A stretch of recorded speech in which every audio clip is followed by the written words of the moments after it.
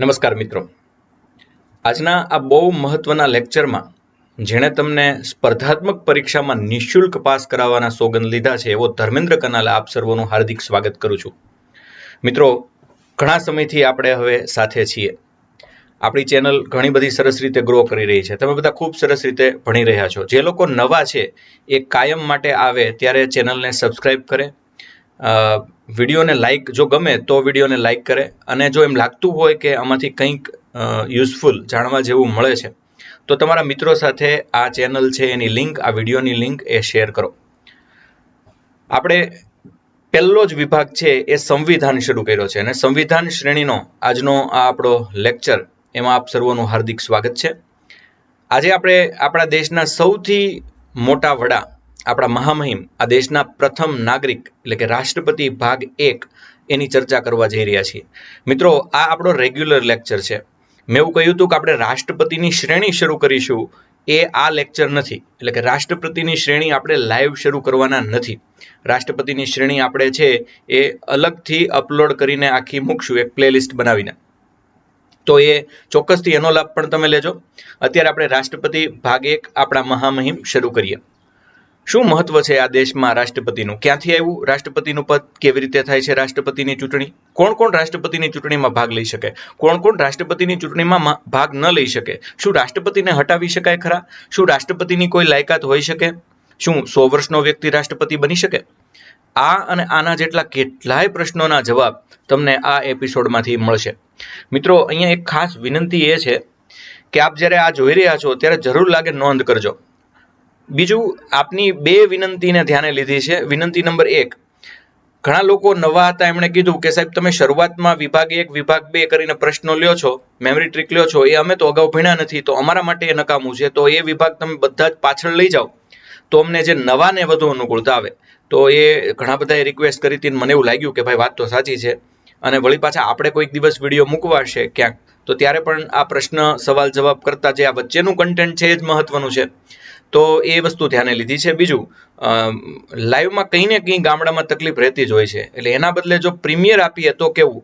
તો આ પાછું પ્રીમિયર રેકોર્ડ કરું છું. ગઈકાલે આ લેક્ચર છે એ થોડો આપણે લઈ શક્યા, અને ત્યારબાદ અહીંયા સાવરકુંડલામાં લાઇટ જતી રહેવાને કારણે તમે બધા પણ મુશ્કેલીમાં મુકાયા, હું પણ મુશ્કેલીમાં મુકાયો. તો એના બદલે બેટર છે કે આપણે પ્રીમિયર કરીએ અને ક્યારેક લાઈવ છે કરીએ. આજે આ પ્રીમિયરનો સમય છે એ સાંજના 5નો એટલા માટે રાખ્યો છે કે આજે રાત્રે 9 વાગે છે એ તમારા લોકોને ટેસ્ટ છે. મારી ટેસ્ટ નહીં, આમ જનરલ ટેસ્ટ જે લેવાય છે એ છે. તો કંઈ વાંધો નહીં, અત્યારે આપણે આપણો આ લેક્ચર છે એ શરૂ કરીએ. તો ચાલો શરૂ કરીએ. રાષ્ટ્રપતિ ભાગ 1 આપણા મહામહિમ. આ બધા જ આપણા મહામહિમો તમને છે એ દેખાય છે. તો તમે જાણો છો કે રામનાથ કોવિંદ આપણા 14મા રાષ્ટ્રપતિ છે, અને યાદ રાખવું બિલકુલ સહેલું છે. 14 વર્ષનો વનવાસ ને રામનાથ કોવિંદ. આમ તો બે અત્યારે કન્ટેમ્પરરી બે યાદ રહી જાય, કારણ કે અત્યારે રામ મંદિર પણ બને છે અને કોવિડનો પણ ત્રાસ છે. એટલે એમ આ સાલમાં રામનાથ કોવિંદ આપણને યાદ રહી જવા જોઈએ. ઓકે, પ્રણવ મુખર્જી પણ અત્યારે લાઇમલાઇટમાં છે, કારણ કે હી ઇઝ પાસ્ડ અવે. તો આ બધા આપણે રાષ્ટ્રપતિને છે વ્યવસ્થિત રીતે છે એ ભણીએ. ચાલો આપણે શરૂ કરીએ. આ આપણું રાષ્ટ્રપતિ ભવન છે. અચ્છા, દરરોજ એક વ્યક્તિ છે આપણા પ્રશ્નો નોંધતા હોય છે. પ્રશ્નો કઈ રીતે નોંધવાના હોય છે? તો કે હું જે મારા લેક્ચર દરમિયાન પૂછું, મારા લેક્ચર દરમિયાન લાઈવ ચેટમાં દર્શકો પૂછે અને જે જવાબ આપે એ બધાના તમારે વ્યવસ્થિત નોંધ કરવાની રહેશે. તો એ આપણું રાષ્ટ્રપતિ ભવન છે. આજનો મારો પહેલો પ્રશ્ન છે, હુ ડિઝાઇન્ડ અવર રાષ્ટ્રપતિ ભવન? આપણું પ્રેસિડેન્શિયલ હાઉસ છે એની ડિઝાઇન કોણે તૈયાર કરેલ છે? ચાલો, રાષ્ટ્રપતિ, પ્રેસિડેન્ટ, આપણા દેશનો પ્રથમ નાગરિક, એના અંગે એ સઘળું કે જે તમે જાણવા ઈચ્છો છો. બધી જ વાત અહીંયા વણી લીધી છે. એટલે બહુ સરસ રીતે આપણે આ વાત છે કરી હતી. Doctor Rajendra Prasad, first president of India, આપણા પહેલા છે એ પ્રેસિડેન્ટ, આપણી બંધારણ સભાના છે એ સ્થાયી પ્રમુખ. હવે જોઈએ આપણે એક વિશ્લેષણ જોઈએ. તો કઈ રીતે, શું છે, ક્યાંથી આવ્યું આ પદ, એની ચર્ચાથી આપણી વાતની શરૂઆત કરીએ. મિત્રો, ભારતમાં રાષ્ટ્રપતિની બંધારણીય સ્થિતિની જોગવાઈ બ્રિટનના બંધારણમાંથી લેવામાં આવી છે. આખું રાષ્ટ્રપતિનું પદ ક્યાંથી આવ્યું? તો આ રાષ્ટ્રપતિનું પદ છે આપણે બ્રિટનના બંધારણમાંથી છે એ લીધું, અને બ્રિટનના બંધારણમાંથી એક આપણે જે નબળી બાબત લીધેલી હોય એમાંની આ એક છે. તમે કહો કેમ સાહેબ એવું કહો છો? તો ભારતના રાષ્ટ્રપતિની બંધારણીય સ્થિતિ અત્યારે બ્રિટનના સમ્રાટ સમાન છે. એટલે કે બ્રિટનના સમ્રાટ અને ભારતના રાષ્ટ્રપતિ બંનેના હાથમાં લગભગ સત્તાઓ નહિવત છે. એટલે કે તમે કહો છો કે સાહેબ ભારતના રાષ્ટ્રપતિ એ દેશના સર્વે સર્વા ન કહેવાય, કહેવાય જ તે, પણ સર્વે સર્વા છે એ વટહુકમ બહાર પાડે તો પણ કોઈની મંજૂરી લેવી પડે, એ વીટો બહાર પાડે અને ઓલા લોકો એમ કહે કે અમે પુનઃ વિચારણા કરી લીધી, હવે તમે સહી કરી દો દાદા, તો દાદાને સહી તો કરી જ દેવી પડે છે. તો ટૂંકમાં કહેવાનો અર્થ એ છે એમ સાવ સત્તા નથી એવું પણ નથી કહી રહ્યો, પણ રેરેસ્ટ ઓફ રેર કેસમાં ક્યાંક સત્તા છે. પણ તો પછી બ્રિટનના સમ્રાટ અને ભારતના પ્રેસિડેન્ટ એ સાવ સરખા છે? નહીં, સાવ સરખા નથી, કારણ કે બ્રિટનમાં સમ્રાટનું પદ વંશાનુગત છે, જ્યારે ભારતના રાષ્ટ્રપતિની પરોક્ષ રીતે ચૂંટણી થાય છે અને એના દ્વારા એની નિયુક્તિ થાય છે. એટલે સાવ સરખા નથી. આમ સત્તાની બાબતમાં આપણે કહી શકીએ કે બ્રિટનના સમ્રાટ જેવા ખરા, પણ આમ જોવા જઈએ તો બહુ જુદું એ છે કે સમ્રાટ વંશાનુગત છે, જ્યારે ભારતના રાષ્ટ્રપતિ વંશાનુગત નથી. રાષ્ટ્રપતિનો દીકરો કે રાષ્ટ્રપતિની દીકરી રાષ્ટ્રપતિ ભારતમાં બનતા નથી, અને એટલે જ તે આપણે ગણતંત્ર કહેવાય છીએ. That's why we are Republic. એટલે ભારત ગણતંત્ર રાજ્ય ગણાય એનું કારણ જ એ છે કે આ દેશમાં જે સૌથી મહત્વની વ્યક્તિ છે ભારતના રાષ્ટ્રપતિ, એમનું પદ છે વંશાનુગત નથી, અને એટલે આપણે ગણતંત્ર છીએ. સંસદીય શાસન પ્રણાલી કોઈ પણ દેશની લગભગ લઈ લો તો રાષ્ટ્રપતિ કારોબારીના ફક્ત નામના જ પ્રમુખ હોય, એટલે કે ફોર્મલ હેડ જ કહેવાય. મોટા ભાગના, એટલે કે જે તમે સંસદીય શાસન પ્રણાલી જે દેશમાં તમને જોવા મળે છે એ દેશમાં રાષ્ટ્રપતિની સત્તા છે એ ઓછી જ હોય છે, ફોર્મલ હેડ કહેવાય. તો વાસ્તવિક વડો કોણ? તો જે વાસ્તવિક પ્રધાનમંત્રીની અધ્યક્ષતાવાળી મંત્રી પરિષદને આ સત્તા પ્રાપ્ત હોય છે. તો આ રાષ્ટ્રપતિ તો મંત્રીમંડળની સલાહ માનવા માટે બંધાયેલા છે. તો આ દેશમાં વાસ્તવિક સત્તા કોણ ભોગવે? મંત્રીમંડળની. એમાં એક વ્યક્તિનું નામ લેવું હોય તો વડાપ્રધાન. તો આ આપણા રાષ્ટ્રપતિનું વિશ્લેષણ છે. બ્રિટનમાંથી લીધેલું પદ, બ્રિટનના સમ્રાટ જેવી સત્તા, પણ છતાં સંસદીય લોકશાહી હોવાના કારણે એ નામ માત્રની સત્તા. સમ્રાટ જેવી પરિસ્થિતિ હોવાના કારણે નામ માત્રની સત્તા, પણ એનું પદ છે એ વંશાનુગત નથી. આપણા ત્રણેય પાંખના વડા એટલે આપણા રાષ્ટ્રપતિ. ભારતનો બંધારણનો ભાગ 5, જેને આપણે લોકસંઘ કહીએ છીએ અથવા સંઘ કહીએ છીએ, એમાં અનુચ્છેદ 52, એ બાબત તમને યાદ રખાયું છે, અને આગળના વિડીયો જોઈ લેજો જેને ન જોયા હોય. ટેલિગ્રામ ચેનલમાં જોઈન્ટ થઈ જાવ એવું વિનંતી કરીને વારંવાર કહું છું, અને છતાં કેટલાક લોકો ટેલિગ્રામ ચેનલમાં જોઈન્ટ નથી થતા, પછી મારી આગળ છે પેલું મટીરિયલ ને આ મટીરિયલને માંગે. અને ખાસ કરીને તમારો કંઈ પ્રશ્ન હોય તો અમુક પ્રશ્નો છે કંઈ વોટ્સઅપમાં ન સોલ્વ થાય. વોટ્સઅપની અંદર રોજના હજારો મેસેજ મારે આવતા હોય છે, હવે એમાંથી કેટલાકને હું જવાબ આપી શકું. તો બને ત્યાં સુધી અગત્યનું કામ હોય તો કોલ કરી અને પછી વોટ્સએપમાં મેસેજ નાખો, એ વધુ સારું રહેશે. ઓકે, અનુચ્છેદ 52 હેઠળ રાષ્ટ્રપતિ પદની આપણે જોગવાઈ છે કરેલી છે કે આ દેશની એક રાષ્ટ્રપતિ રહેશે. રાષ્ટ્રપતિ છે કોન્સ્ટિટ્યુશનલ હેડ તરીકે કામ કરે છે, આ દેશના બંધારણીય વડા છે, પણ બંધારણીય વડા હોવા છતાં નામ માત્રના વડા છે, એટલે કે નોમિનલ એક્ઝિક્યુટિવ કહેવાય, ડી જ્યુરે એક્ઝિક્યુટિવ. એટલે ભારતના પ્રથમ નાગરિક, ફર્સ્ટ સિટીઝન ખરા, અને એ રીતે જોવા જોઈએ તો રાષ્ટ્રની એકતા અને અખંડિતતાના પ્રતીક સમાન. લશ્કરની ત્રણેય પાંખના એ વડા પણ છે, supreme commander of defence force of India. તો આ આપણો આખું રાષ્ટ્રપતિનું પદ છે. તો શું છે? તો કે બંધારણીય વડા છે, પ્રથમ નાગરિક છે, રાષ્ટ્રની એકતા અને અખંડિતતાના પ્રતીક છે, અને લશ્કરની ત્રણેય પાંખના વડા છે. પણ બધા જાણીએ છીએ કે નામ માત્રના વડા ડી જ્યુરે એક્ઝિક્યુટિવ છે. અહીં આપણને આપણા દેશના બહુ અગત્યના 4 રાષ્ટ્રપતિના દર્શન થઈ રહ્યા છે: નીલમ સંજીવ રેડ્ડી, ફખરુદ્દીન અલી અહેમદ, વીવી ગિરી અને ડોક્ટર ઝાકિર હુસૈન. અચ્છા, what are the qualifications of our president? તો અનુચ્છેદ 58 કહે છે કે આપણા દેશના રાષ્ટ્રપતિની લાયકાત આ પ્રમાણે છે. એજ્યુકેશનલ કોઈ લાયકાત આપણે ડિફાઇન કરી નથી. એટલે રાષ્ટ્રપતિની લાયકાતની જે જોગવાઈ છે એમાં એક તો ભારતના નાગરિક હોવા જોઈએ, ઉંમર ઓછામાં ઓછી 35 વર્ષ હોવી જોઈએ, વધુમાં વધુ કેટલી? તો વધુમાં વધુ તો 100 વર્ષ પણ હોઈ શકે, એના કરતાં આગળ હોઈ શકે. તો 100 વર્ષનો વ્યક્તિ હોય તો એ તો માંદો હોય એવું ન બને, તો એવું ન બને, અથવા એવું બન્યું નથી આજ સુધી. હા, માંદા હોય ને પછી રાષ્ટ્રપતિ બન્યા હોય ને સાજા થઈ ગયા હોય એવો એક દાખલો જરૂર છે. નામ કોઈનું નહીં લઈએ, પણ એને પણ સારું કામ છે આ દેશ માટે કર્યું. લોકસભાના સભ્ય તરીકે ચૂંટાવાની લાયકાત હોવી જોઈએ. અહીંથી બીજો પ્રશ્ન મારો સ્ટાર્ટ થાય કે રાષ્ટ્રપતિ તો આખા દેશનો વડો છે, તો એને લોકસભામાં સભ્ય તરીકે ચૂંટાવાની લાયકાત કેમ? બે ગૃહ કેમ નહીં? રાષ્ટ્રપતિ છે એની લાયકાત બંને ગૃહની છે, એ કેમ નહીં? લોકસભાના સભ્ય તરીકે ચૂંટાવાની લાયકાત શું કામ? તો એ પણ મારે જાણવું છે. ત્યાર પછી એટલે તમારો જવાબ મને આપવાનો. કેન્દ્ર કે રાજ્ય સરકારમાં કોઈ લાભના પદ પર ન હોવો જોઈએ, હાઉસ ઓફ પ્રોફિટ એની પાસે ન હોવું જોઈએ. લાભના પદની અંદર રાષ્ટ્રપતિ, ઉપરાષ્ટ્રપતિ, રાજ્યપાલ, સંઘ કે રાજ્યના મંત્રી, એને આપણે લાભના પદ ગણતા નથી. એટલે કે આ કોઈ વ્યક્તિ છે એ રાષ્ટ્રપતિની ચૂંટણી લડી શકે. તમે કે રાષ્ટ્રપતિની ચૂંટણીની લિસ્ટમાં સાહેબ તમે રાષ્ટ્રપતિ નાખ્યું તો નાખ્યું તો રાષ્ટ્રપતિ પોતે પણ પાછા રાષ્ટ્રપતિની ચૂંટણી લડી શકે છે, ત્યારે લાભનું પદ ગણાતું નથી. આ દેશમાં એક વ્યક્તિ કેટલી વાર રાષ્ટ્રપતિ બની શકે? આપણા બંધારણમાં એવો કોઈ ઉલ્લેખ કરવામાં આવ્યો નથી. જ્યાં સુધી છે એ ચૂંટાય ત્યાં સુધી છે એ બની શકે. બીજી કોઈ વાત આપણા બંધારણમાં નથી. અમેરિકા જેવું નથી કે માત્ર એ 2 ટર્મ સુધી જ રાષ્ટ્રપતિ રહી શકે, એવી વ્યવસ્થા આપણા બંધારણમાં કરવામાં આવેલ નથી. કોણ આપે મત? રાષ્ટ્રપતિની ચૂંટણી આટલી અગત્યની તો એનું મતદાર મંડળ કોણ? એના મતદાર મંડળ માટે અંગ્રેજીમાં એક સ્પેશિયલ વર્ડ છે, ઇલેક્ટોરલ કોલેજ. તો આપણે જોઈએ ઇલેક્ટોરલ કોલેજ, પણ એ પહેલા મને આમ તો 5 રાષ્ટ્રપતિ ખૂબ એટલે ખૂબ ગમે. જો કે રાષ્ટ્રપતિ તો કોને ન ગમે? તો એવા ડૉક્ટર એપીજે અબ્દુલ કલામ, અબુલ પાકીર જૈનાલુબ્દીન અબ્દુલ કલામ, પહેલા એવા વૈજ્ઞાનિક કે જે દેશના રાષ્ટ્રપતિ બન્યા અને આખા વિશ્વને ગૌરવ થાય એવા રાષ્ટ્રપતિ. જોકે આપણા શરૂઆતના રાષ્ટ્રપતિ બધા એવા જ હતા. આમ તો બધા જ રાષ્ટ્રપતિ એવા જ હતા, પણ એકાદ બે થોડાક વિવાદ છે એને જન્મ આપેલો. પણ છતાં પણ આ દેશમાં એ બહુ પ્રતિષ્ઠા અને આબરૂની વાત કહેવાય કે એકેય રાષ્ટ્રપતિ આ દેશને છે એ ભ્રષ્ટાચારી નથી મળ્યા. આ દેશનો એકેય રાષ્ટ્રપતિ મહાભિયોગની પ્રક્રિયાથી ગયો નથી. મહાભિયોગની પ્રક્રિયાથી જવાની વાત તો જવા દો, આ દેશના એકેય રાષ્ટ્રપતિ સામે મહાભિયોગ આવ્યું જ નથી. તો કોણ ચૂંટે છે આટલા સરસ વ્યક્તિને આટલી કાળજી રાખીને? તો ચાલો આપણે જોઈએ ઇલેક્ટોરલ કોલેજ એટલે કે રાષ્ટ્રપતિની ચૂંટણીનું મતદાર મંડળ. આ દેશના રાષ્ટ્રપતિને કોણ ચૂંટે છે એની આપણે સરસ મજાની ચર્ચા છે એ કરીએ. તો સૌથી પહેલાં છે એમાં ભાગ કોણ લે છે એની ચર્ચા આપણે કરીએ. તો પહેલાં તો સંસદના બંને ગૃહ લઈ લો, લોકસભા અને રાજ્યસભા. આ લોકસભા અને રાજ્યસભામાં જેટલા ચૂંટાયેલા સભ્યો હોય એ ભાગ લે. એનો મતલબ છે કે લોકસભાની અંદર 2 એંગ્લો ઇન્ડિયન અને રાજ્યસભામાં પહેલા 12 રાષ્ટ્રપતિ દ્વારા નિમેલા એ ભાગ ન લઈ શકે. ઓકે, હા ઓકે. ત્યાર પછી રાજ્યોની વિધાનસભાના ચૂંટાયેલા સભ્યો એટલે કે આપણી વિધાનસભા હોય એમાં ચૂંટાયેલા સભ્યો ભાગ લે. એમાં જો રાજ્યપાલ દ્વારા એક એંગ્લો ઇન્ડિયનની નિમણૂક કરવામાં આવેલી હોય તો એ ભાગ લેશે નહીં. કેન્દ્ર શાસિત પ્રદેશ દિલ્હી અને પુડુચેરી એની વિધાનસભામાં જે ચૂંટાયેલા સભ્યો હોય એ ભાગ લેશે. એમાં નિમાયેલા હોય તો એ ભાગ લઈ શકે નહીં. અચ્છા, ચૂંટણીમાં કોણ ભાગ લે? ન લે.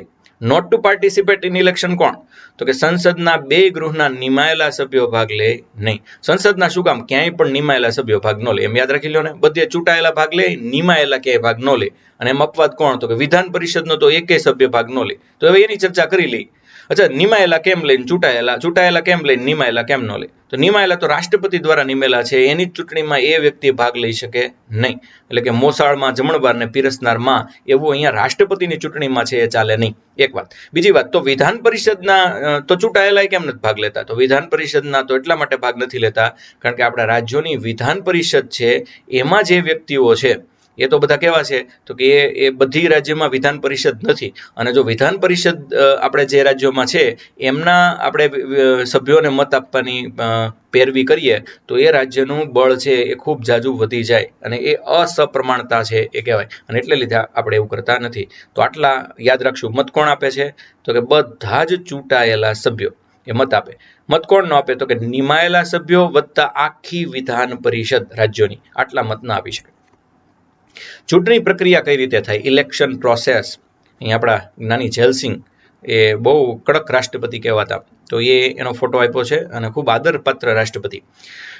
ચૂંટણી પ્રક્રિયા, ઇલેક્શન પ્રોસેસ. આપણી રાષ્ટ્રપતિની ઇલેક્શન પ્રોસેસ બહુ અટપટી હોય છે. એટલે આપણા રાષ્ટ્રપતિ છે એની ચૂંટણી પ્રક્રિયાની આપણે બધી જ વિધિ આયર્લેન્ડમાંથી લીધી છે. કઈ પ્રક્રિયા મુજબ ચૂંટણી થાય? તો 54 મુજબ આપણે રાષ્ટ્રપતિની ચૂંટણી છે એ કરીએ છીએ. કઈ રીતે ચૂંટણી થતી હોય? તો પહેલાં તો કોઈ એક નામ અંગે મિટિંગ થતી હોય. એ મિટિંગ બધાને લાગે કે આ નામ આપણે પ્રસ્તાવિત કરવું છે એટલે મતદાર મંડળ આખું જે હોય રાષ્ટ્રપતિનું ઇલેક્ટોરલ કોલેજ એ જે હોય એ 2માંથી કોઈ પણ એક ગૃહ એટલે કે રાજ્યસભા કે લોકસભામાં 50 વ્યક્તિ છે એમનું નામ પ્રસ્તાવિત કરે અને બાકીના 50 ટેકો આપે. એટલે એનો મતલબ એમ થયો કે રાષ્ટ્રપતિની ચૂંટણીમાં જે વ્યક્તિ ઊભો હોય એ 100 ઉમેદવારનું સમર્થન લઈને તો આમ જ ચાલતો હોય છે.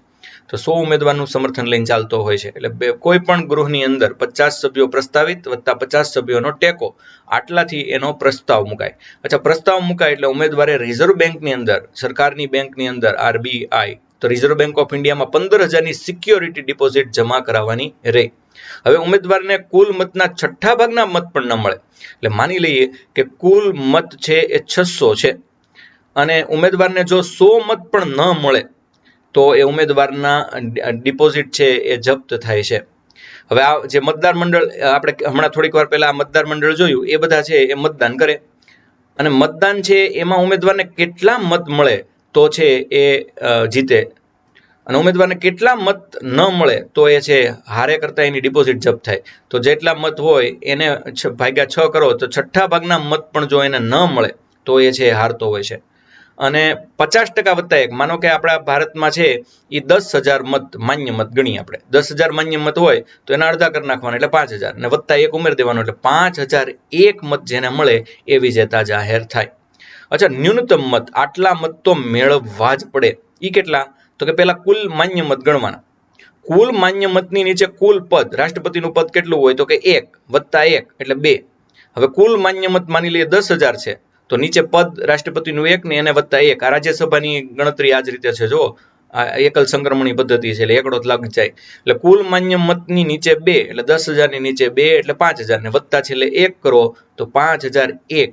એ કેટલા? તો કે ન્યૂનતમ મત એ મળવા જોઈએ. શેના માટે? તો કે જીતવા માટે, અને એ વ્યક્તિ વિજેતા જાહેર થાય.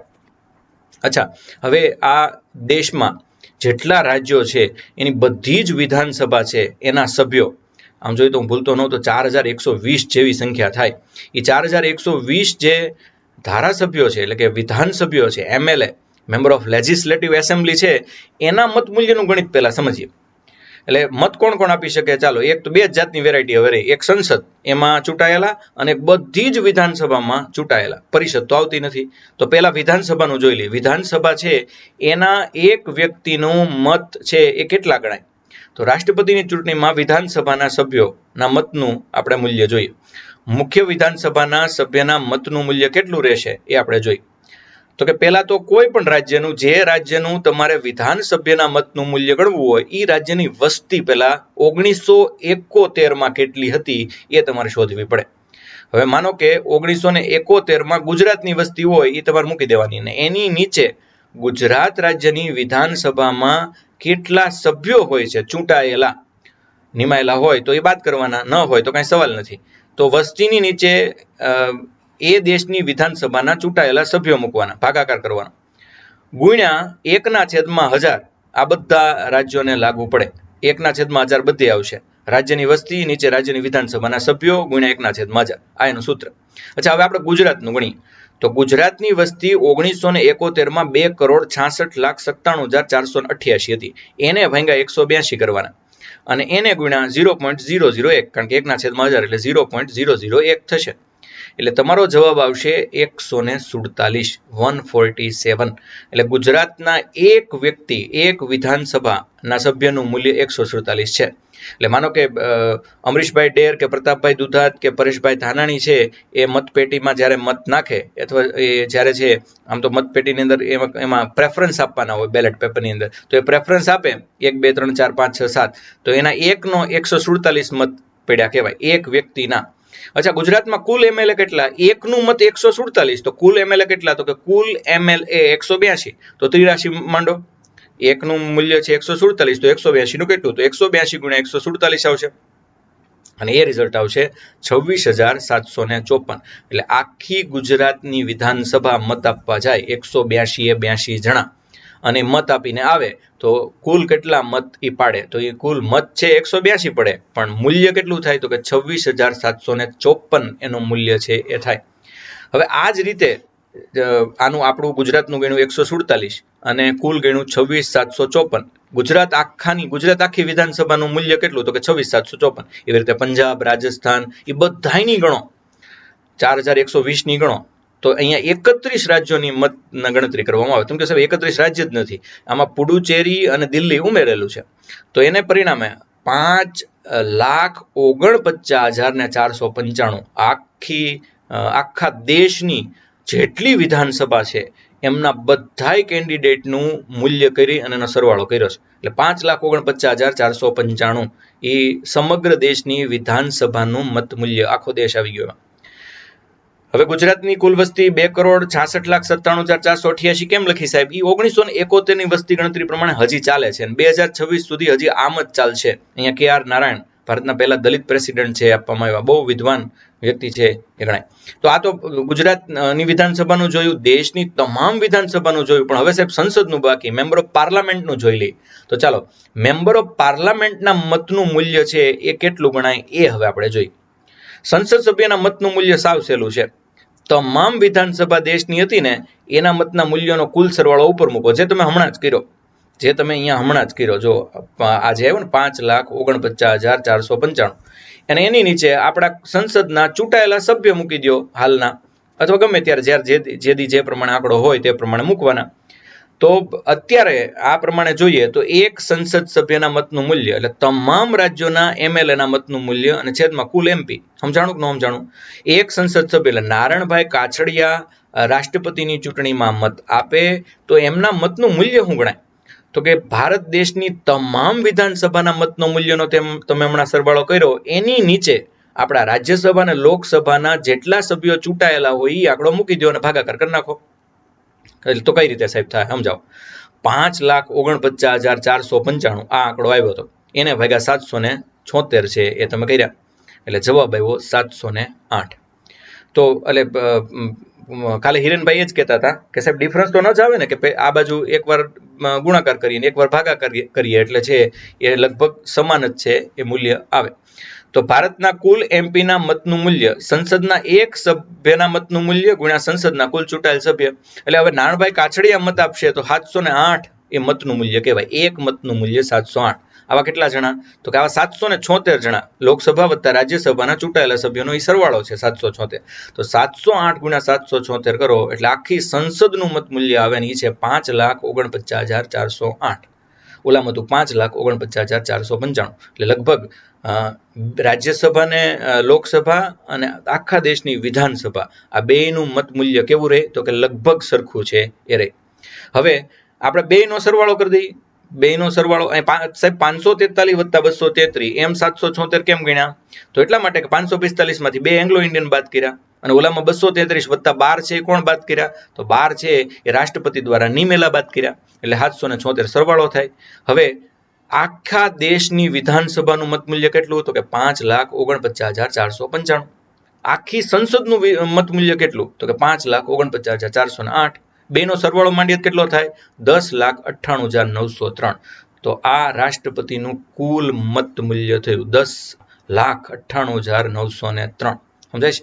10,98,903 આ રાષ્ટ્રપતિને આટલા મત, આટલું મૂલ્ય એ મતનું છે એ હોય.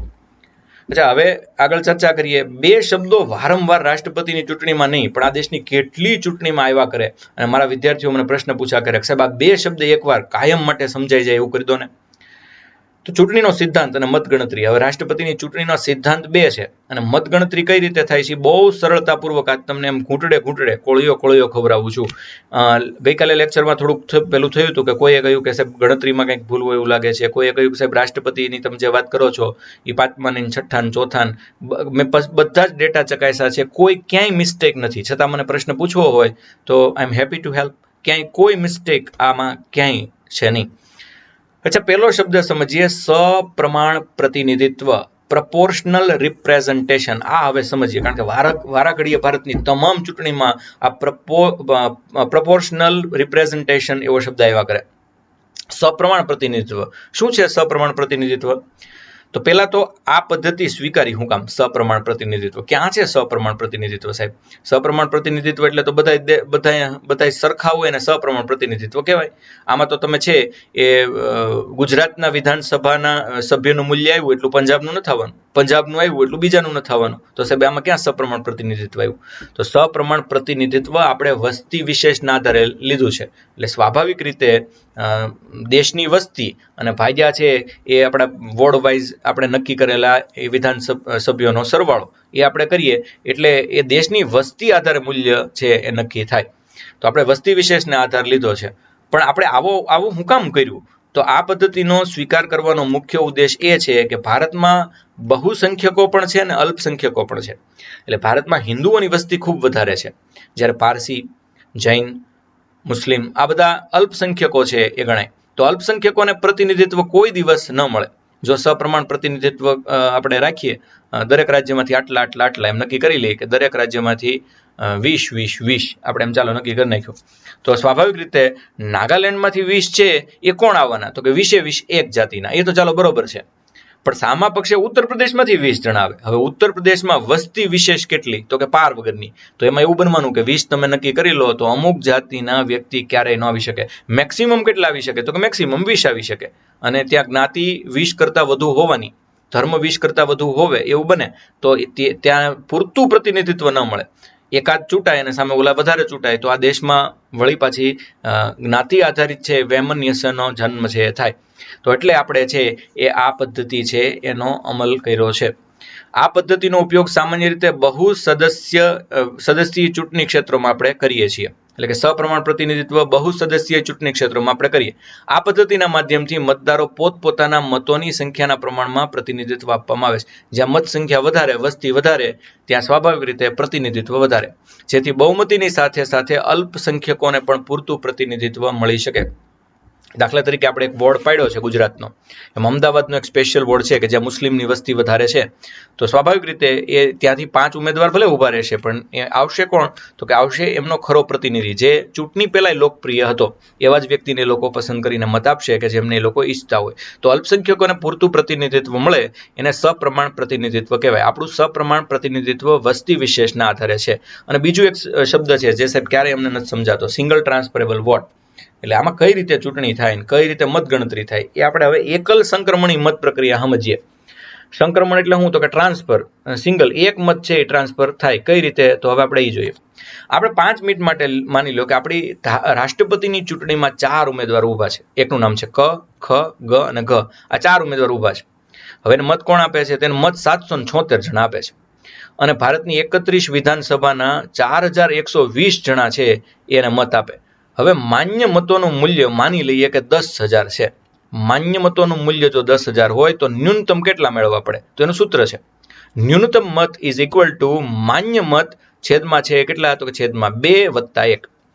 1 છે એ સાઈડમાં છે એટલે 2 વત્તા 1 એટલે 3 નથી કરી નાખવાના. પહેલા 2 કરવાના અને પછી છે એ જે જવાબ આવે એની હારે સરવાળો કરવાનો. એટલે 10,000 ભાગ્યા 2 કરો એટલે 5,000 આવવાનું, વત્તા 1 કરો એટલે 5,001 છે એ વિજેતા ઉમેદવાર ગણાય. જો અહીંયા ખરેખર 4,120ના કુલ માન્ય મતોનું મૂલ્ય 10,000 નથી તો મેં અહીંયા લખ્યું છે. હવે જોઈએ કે ચારે ઉમેદવાર ઊભા હતા, ક, ખ, ગ, ઘ. એને ઉદાહરણ તરીકે આટલા આટલા મત મળ્યા. દાખલા તરીકે ક ને મળ્યા 4,000 પહેલા પ્રેફરન્સમાં, ખ ને મળ્યા 3,000 પહેલા પ્રેફરન્સમાં, ગ ને મળ્યા 2,000 ને ઘ ને મળ્યા 1,000. આટલું જોઈ લઈએ આપણે.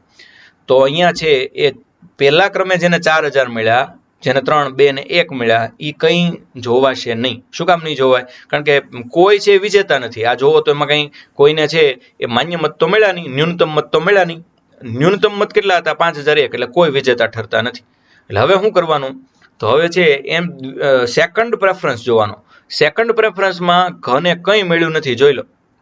ઘને કંઈ મળ્યું નથી. તો હવે શું કરવાનું? તો ઘને કંઈ મળ્યું નથી એટલા માટે એના મત છે એ બાદ થઈ જાય સાવ. અને ઓલા લોકો છે એના જે દ્વિતીય ક્રમના મત હતા એને પ્રથમ ક્રમમાં ગણી લેવામાં આવે. તમે કહો સાહેબ ન સમજાયું. તો આ 1,000 છે એ બાદ થઈ જાય અને આને જે બીજા ક્રમે મળેલા છે એ મત એમને છે એ મળી જાય. કઈ રીતે? તો જોઈ, આને 200 મળ્યા છે એ હવે આમાં ઉમેરાઈ જશે. કારણ કે આ તો પહેલા ક્રમના હતા, બીજા ક્રમના. હવે 4200 પહેલા ક્રમના થઈ જશે. આમને 3300 પહેલા ક્રમના થઈ જશે અને આને 2500 પહેલા ક્રમના થઈ જશે. ચાલો હવે એ બીજો રાઉન્ડ પીતો કહેવાય. હવે તૃતીય ક્રમ જોઈએ. તોય તે કોઈ જીતું નહીં ને, કારણ કે આને 4200 થયા તોય ક્યાં જીતે છે, આને 3300 થયા તોય ક્યાં જીતે છે, અને આને 2500 થયા તોય નથી જીતતા. કારણ કે આપણે જોઈ 5,051 જોઈએ. તો હવે 5,001 છે જોઈએ, સોરી. તો 5,001 તોય કોઈ ન થયા. એટલે હવે પછી આપણે આગળ જોયું તો તૃતીય ક્રમે ગ ને કોઈ મત નથી. જો એટલે હવે ગ ના છે 2500 ગયા, એ કેન્સલ. અને આને મળી ગયા તૃતીય ક્રમના 700 ને આને મળી ગયા 1,800. કઈ રીતે મળ્યા? તો એ હવે પ્રથમ ક્રમના ગણાય છે. એટલે 4,000 વત્તા 700 વત્તા 200, આના 4900 એટલે કે 4,900. અને આને મળ્યા 3,000 વત્તા 1,800 એટલે કે 4,800 અને 300 એટલે 5,100. એટલે આ વિજેતા ઠરે, ખ. સમજાયું કઈ રીતે? પહેલા બધાનો પ્રથમ અગ્રતા ક્રમ ગણે. પ્રથમ અગ્રતા ક્રમમાં જો કોઈને 5,001 કે એના કરતા વધુ મળી ગયા હોત તો પછી કંઈ ગણવાનું રહેત નહીં. પણ પ્રથમમાં કોઈને ન મળ્યા એટલે આપણે દ્વિતીયમાં જોયું. દ્વિતીયમાં જેને કંઈ છે નહીં, હાવ 0-0 છે, તો અથવા હાવ ઓછા છે સૌથી, એને છે એ કેન્સલ ગણી, સૌથી લાસ્ટ હોય એને કેન્સલ ગણી અને ઓલાને જે બધાને બીજા ક્રમમાં મળ્યા છે પહેલા ક્રમમાં નાખી દેવામાં આવે. હવે એમાં જ્યાં સુધી કોઈ જીતે નહીં ત્યાં સુધી આ બધા ક્રમ આગળ તપાસવામાં આવે અને બધા ક્રમ પૂરા થઈ જાય તો કોઈ ન જીતે એવું કોઈ દિવસ બનવાનું નથી, કારણ કે એનામાં મત ઉમેરાતા જાય છે. સમજો છો? તો આ છે એકલ સંક્રમણીય મત પ્રક્રિયા. અહીંયા છે એ આખું વિશ્લેષણ તમે જોયું કે ભાઈ પ્રથમ અગ્રતા ક્રમમાં ઉમેદવારને જીતવા માટે 5001 કોઈને મળતા નહોતા અને ઘને છે એ પ્રથમ અગ્રતા ક્રમ અનુસાર સૌથી ઓછા મત મળ્યા એટલે એ સ્પર્ધામાંથી આપોઆપ બાદ થઈ જાય અને એને જે 1000 મતનો દ્વિતીય અગ્રતા ક્રમ છે એ જોયો અને ક ખ ગને છે એ વેચી દેવામાં આવ્યા. હવે ઓલા આગળ 4200 થયા, 3300 થયા અને 2500 થયા, પણ એકેય ઉમેદવારને પાછા 5001 ન મળ્યા. તો હવે ગ પાસે ઓછા મત હતા એટલે એને સ્પર્ધામાંથી આપણે કાઢ્યો અને એના 25000 મતનો તૃતીય અગ્રતા ક્રમ જોયો. ઉમેદવાર કને છે એ ખને મળેલા અગ્રતા ક્રમ પ્રમાણે મત તેને આપી દેવામાં આવ્યા. આ અનુસાર કને 700 મત ને ખને 1800 મત પ્રાપ્ત થયા.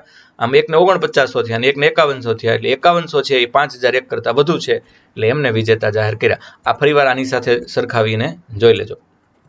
અચ્છા, આ રીતે ક્યારે બન્યું છે? તો એકલ સંક્રમણી મત પ્રક્રિયા સિંગલ ટ્રાન્સફરેબલ વોટ 16 ઓગસ્ટ 1960ની ભારતની રાષ્ટ્રપતિની 5મી ચૂંટણી, અહીંયા મેં એવું લખ્યું છે 5મા રાષ્ટ્રપતિની ચૂંટણી, એટલે કાલે લોકોએ કીધું સાહેબ આમાં કંઈક ભૂલ હોય એવું લાગે છે. હા, 5મા રાષ્ટ્રપતિની ચૂંટણી એમ લખાયું છે, ભૂલ છે, 5મી રાષ્ટ્રપતિની ચૂંટણી એમ સમજજો. કેમ કે સાહેબ કઈ રીતે 5મી, હવે એ તમે ચેક કરી લેજો, પણ 5મી રાષ્ટ્રપતિની ચૂંટણી છે એ પાકું. 16મી ઓગસ્ટ 1960ના રોજ ભારતની 5મી રાષ્ટ્રપતિની ચૂંટણી અને એમાં કોંગ્રેસ પાર્ટીના ઉમેદવાર હતા નીલમ સંજીવ રેડ્ડી, વિરોધ પક્ષના હતા સીડી દેશમુખ અને સ્વતંત્ર ઉમેદવાર તરીકે વીવી ગિરી એટલે કે વરાહગીરી વેંકટગીરી ઉભેલા હતા. અને આનું પરિણામ બહુ શોકિંગ આવ્યું હતું, કારણ કે મોટા ભાગે કાં તો જીતે શાસક પક્ષ ને કાં તો જીતે વિરોધ પક્ષ. સ્વતંત્ર ઉમેદવાર જીતવા છે અઘરા છે, પણ વરાહગીરી વેંકટગીરી સ્વતંત્ર ઉમેદવાર તરીકે ઊભા હતા અને મને યાદ છે ત્યાં સુધી આજ સુધી ભારતીય રાષ્ટ્રપતિની ચૂંટણીમાં સ્વતંત્ર ઉમેદવાર તરીકે કોઈ જીત્યું હોય તો એકલા વીવી ગિરી છે.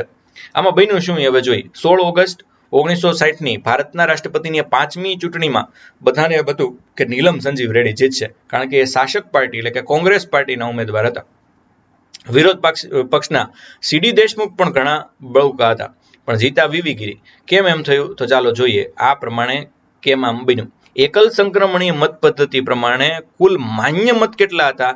તો કે માન્ય મત હતા 8,36,337. આ ત્યારે ઈ ચૂંટણીમાં ઈ વખતે, આપણે અત્યારના માન્ય મત નહીં, ઈ વખતના માન્ય મત, ઈ વખતની વસ્તીના આધારે 8,36,337 માન્ય મત ગણાય. એટલે આ ઓલું મત મૂલ્યનો સરવાળો છે એમ સમજી લો, જે અત્યારે બહુ જાજો થાય છે.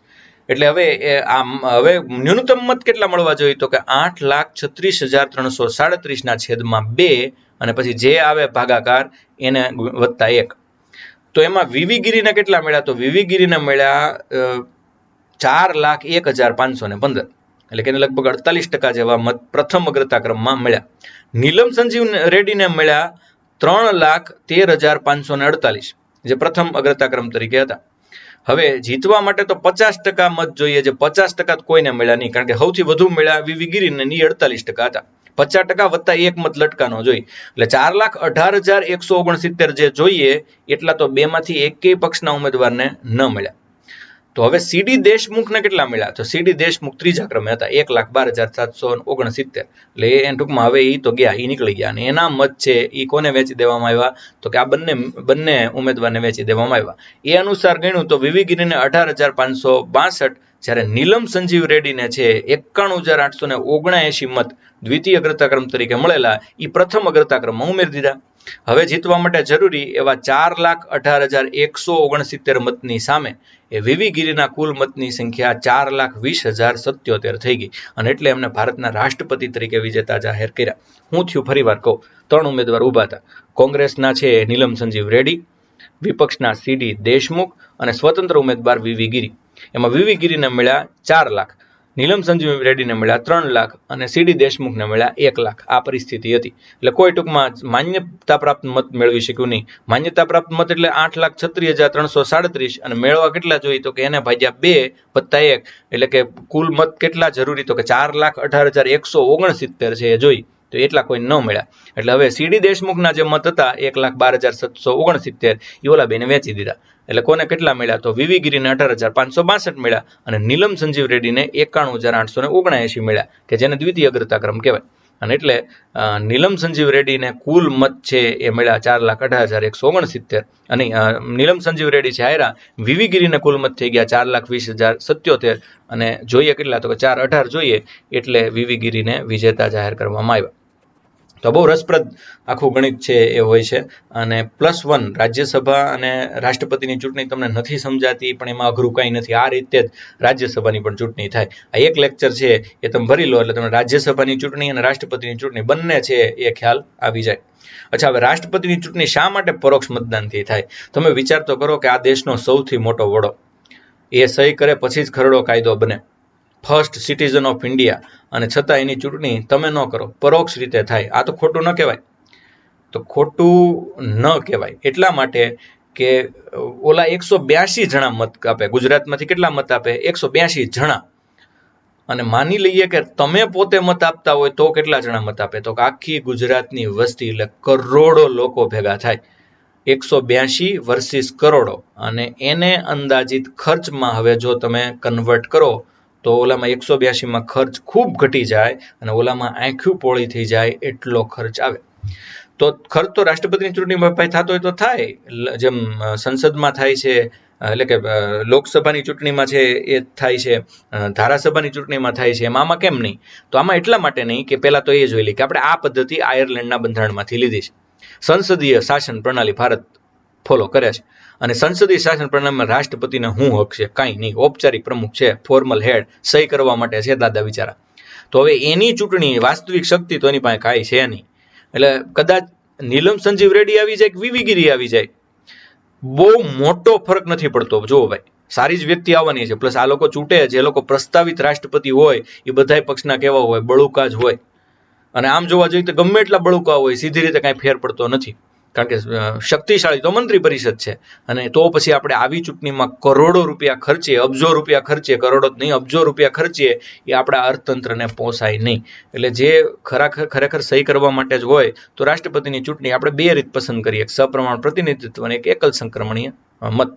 તો આમ એટલા માટે પરોક્ષ રીતે થાય છે. વિજેતા ક્યારે જાહેર કરવાનો? તો કે એને કોટાના મત મળી જાય. કોટાના મત એટલે કેટલા? ન્યૂનતમ મત. ન્યૂનતમ મત એટલે કેટલા? માન્ય મતના છેદમાં 2 + 1 એટલે 50% + 1, એને વિજેતા જાહેર કરાય. આમ સામાન્ય રીતે તેઓ ગૃહમાં બહુમતી ધરાવતા પક્ષના પ્રતિનિધિ હોય. વીવી ગિરી અપવાદરૂપ હતા, બાકી મોટા ભાગે છે એ પસંદ થાય એ કેવા હોય? તો કે એ મોટા ભાગે છે એ ગૃહમાં જે બહુમતી ધરાવતો પક્ષ હોય એના જ પ્રતિનિધિ મોટા ભાગે સિલેક્ટ થતા હોય છે. સીધું ગણિત છે ને, તો એને મત વધુ મળે એ પણ પાછા વિધાનસભામાં છે એની બહુમતી હોય તો આવું થાય. પગાર ભથ્થા, ઇમોલ્યુમેન્ટ, કેટલો પગાર ભારતના રાષ્ટ્રપતિને છે મળે? 5 લાખ રૂપિયા પગાર મળે. નિવૃત્ત થઈ જાય પછી 2.5 લાખ રૂપિયા પગાર મળે. ગુજરી જાય પછી તેમના પત્નીને 2.5 લાખના અડધા, 2,50,000 ભાગ્યા 2 એટલા છે, એટલે કે 1.25 લાખ રૂપિયો છે એ મળે. એ ગુજરી જાય પછી ન મળે કોઈને. તો ભારતના રાષ્ટ્રપતિને અનુચ્છેદ 59 મુજબ પગાર મળે છે. બીજી અનુસૂચિ અને અનુચ્છેદ 59, અને અનુચ્છેદ 60 અને ત્રીજી અનુસૂચિ અનુસાર એ શપથ લે છે. આમ બીજી ત્રીજી 59 60 એમ યાદ રાખી લો. ચાલો, હવે અનુચ્છેદ 59 અંતર્ગત રાષ્ટ્રપતિના પગાર ભથ્થાની જોગવાઈ કરવામાં આવી છે. બંધારણની આપણી બીજી અનુસૂચિ અને સંસદ નક્કી કરે એ કાયદાથી આપણા રાષ્ટ્રપતિનો પગાર નક્કી થાય. તેઓને પગાર ભારતીય સંચિત નિધિમાંથી આપવામાં આવે છે. એટલે જો કે બધાના પગાર ભારતીય સંચિત નિધિમાંથી જ થાય. તમને હવે પ્રશ્ન એ થવો જોઈએ કે સંચિત નિધિમાં સાહેબ ગલ્લો કેવો છે કે રૂપિયા આવ્યા જ કરે? તો આજનો મારો હવે પછીનો પ્રશ્ન, સંચિત નિધિમાં પૈસા આવે ક્યાંથી? અત્યાર સુધી જાયની વાત કરી, અને આવી કેટલી નિધિ છે? તેમના પગાર ભથ્થાને તેમના કાર્યકાળ દરમિયાન ઘટાડી શકાતા નથી. આવો એક પ્રશ્ન છે એ આવ્યો કે ભાઈ એમના પગાર ભથ્થાને કાર્યકાળ દરમિયાન ઘટાડી શકાતા નથી. તો મારો પ્રશ્ન એ છે કે દેશ આર્થિક કટોકટી લાદે 360, તો રાષ્ટ્રપતિનો પગાર ઘટે? રાષ્ટ્રપતિને પગાર આપવો પડે કે કાપવો પડે? આ તમારે મને કહેવાનું છે. કે જે બંધારણીય હોય કહેજો. રાષ્ટ્રપતિ સામેથી ન લે એ વાત અલગ છે, અથવા આપણે રાષ્ટ્રપતિના સામેથી કાપી લઈએ, એવું કેવી રીતે શક્ય બને? ખરેખર એને પગાર આપવો પડે કે આપવો જ પડે? અને આ પરિસ્થિતિ, મને બંધારણીય પરિસ્થિતિ કહો ને પછી વાસ્તવિક પરિસ્થિતિ તમારે લખવી હોય તો લખજો, પણ બંધારણીય પરિસ્થિતિ હું એમને ભાડું ભર્યા વગર આખું રાષ્ટ્રપતિ ભવન આપવામાં આવે છે. કેટલા ઓરડા છે આપણા રાષ્ટ્રપતિ ભવનમાં? અને તો એક રાષ્ટ્રપતિ તો એવું બોલેલા કે આ રાષ્ટ્રપતિ માટે આ મકાન નાનું છે અને એમના ફૈબાના માસીના ને બધા દીકરા રહેતા હતા. રાષ્ટ્રપતિનો પગાર ઓછો છે એવું પણ એક રાષ્ટ્રપતિ બોલેલા. તો એ એક જ રાષ્ટ્રપતિ બે બોલેલા કે આ મકાન છે અને એમાં મકાનમાં એના સંબંધીઓને પણ રહેવા દીધેલા. કાંઈ વાંધો નહીં, એ તો છૂટ જ હોય. એટલા બધા ઓરડા કે રાષ્ટ્રપતિ એકલા ન વાપરી શકે. પણ આવું વિવાદાસ્પદ વિધાન કર્યું કે રાષ્ટ્રપતિના કામના પ્રમાણમાં એને પગાર ઓછો આપવામાં આવે છે. આવા રાષ્ટ્રપતિ કોણ હતા? અને એવા પણ રાષ્ટ્રપતિ હતા કે જેમણે એક રૂમ ખાલી ખુલ્લો રાખ્યો અને બાકીના બધા રૂમ બંધ કરાવી દીધા, જેથી કરીને રાષ્ટ્રપતિ ભવનનો ખર્ચો ન લાગે. તો એ રાષ્ટ્રપતિ કોણ હતા? હજી ઘણું બધું આમાં તો કહી શકાય, પણ એ આપણે આ બધી ચર્ચા ક્યારે કરશું? તો રાષ્ટ્રપતિની સિરીઝ બહુ રસપ્રદ રીતે હું લેવાનો છું. અને તમને જો આમાં થોડો કંઈ રસ આવતો હોય તો એમાં આના કરતાં તમને 10 ગણો રસ આવવાનો છે. સર, અહીંયા તમને જો આપણા 14મા રાષ્ટ્રપતિ શપથ લઈ રહ્યા છે. 2 પ્રશ્ન પૂછું ફોટાના આધારે. અમને 14માં આપણા રાષ્ટ્રપતિને કોણ શપથ લેવડાવી રહ્યું છે? એ ફેંટાવાળા ભાઈ કોણ છે? અને બીજો છે આઉટ ઓફ કોન્સ્ટિટ્યુશન.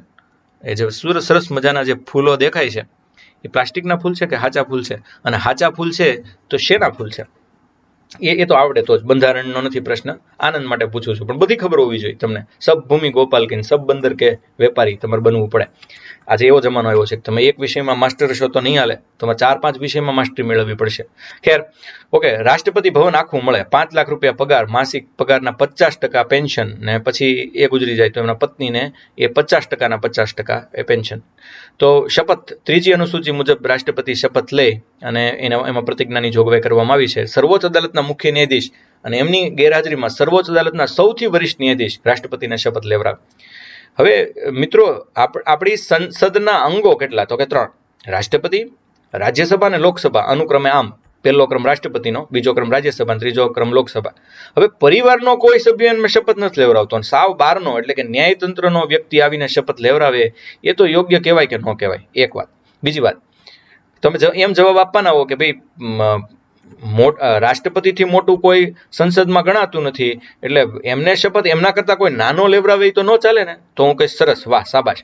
તો એનો મતલબ તમે એમ કરો છો કે રાષ્ટ્રપતિ છે એના કરતાં સુપ્રીમ કોર્ટના વડા છે મોટા છે, અથવા એના કરતાં ક્યારેક તો સુપ્રીમ કોર્ટના વડા હાજર ન હોય, વરિષ્ઠ ન્યાયાધીશ હોય.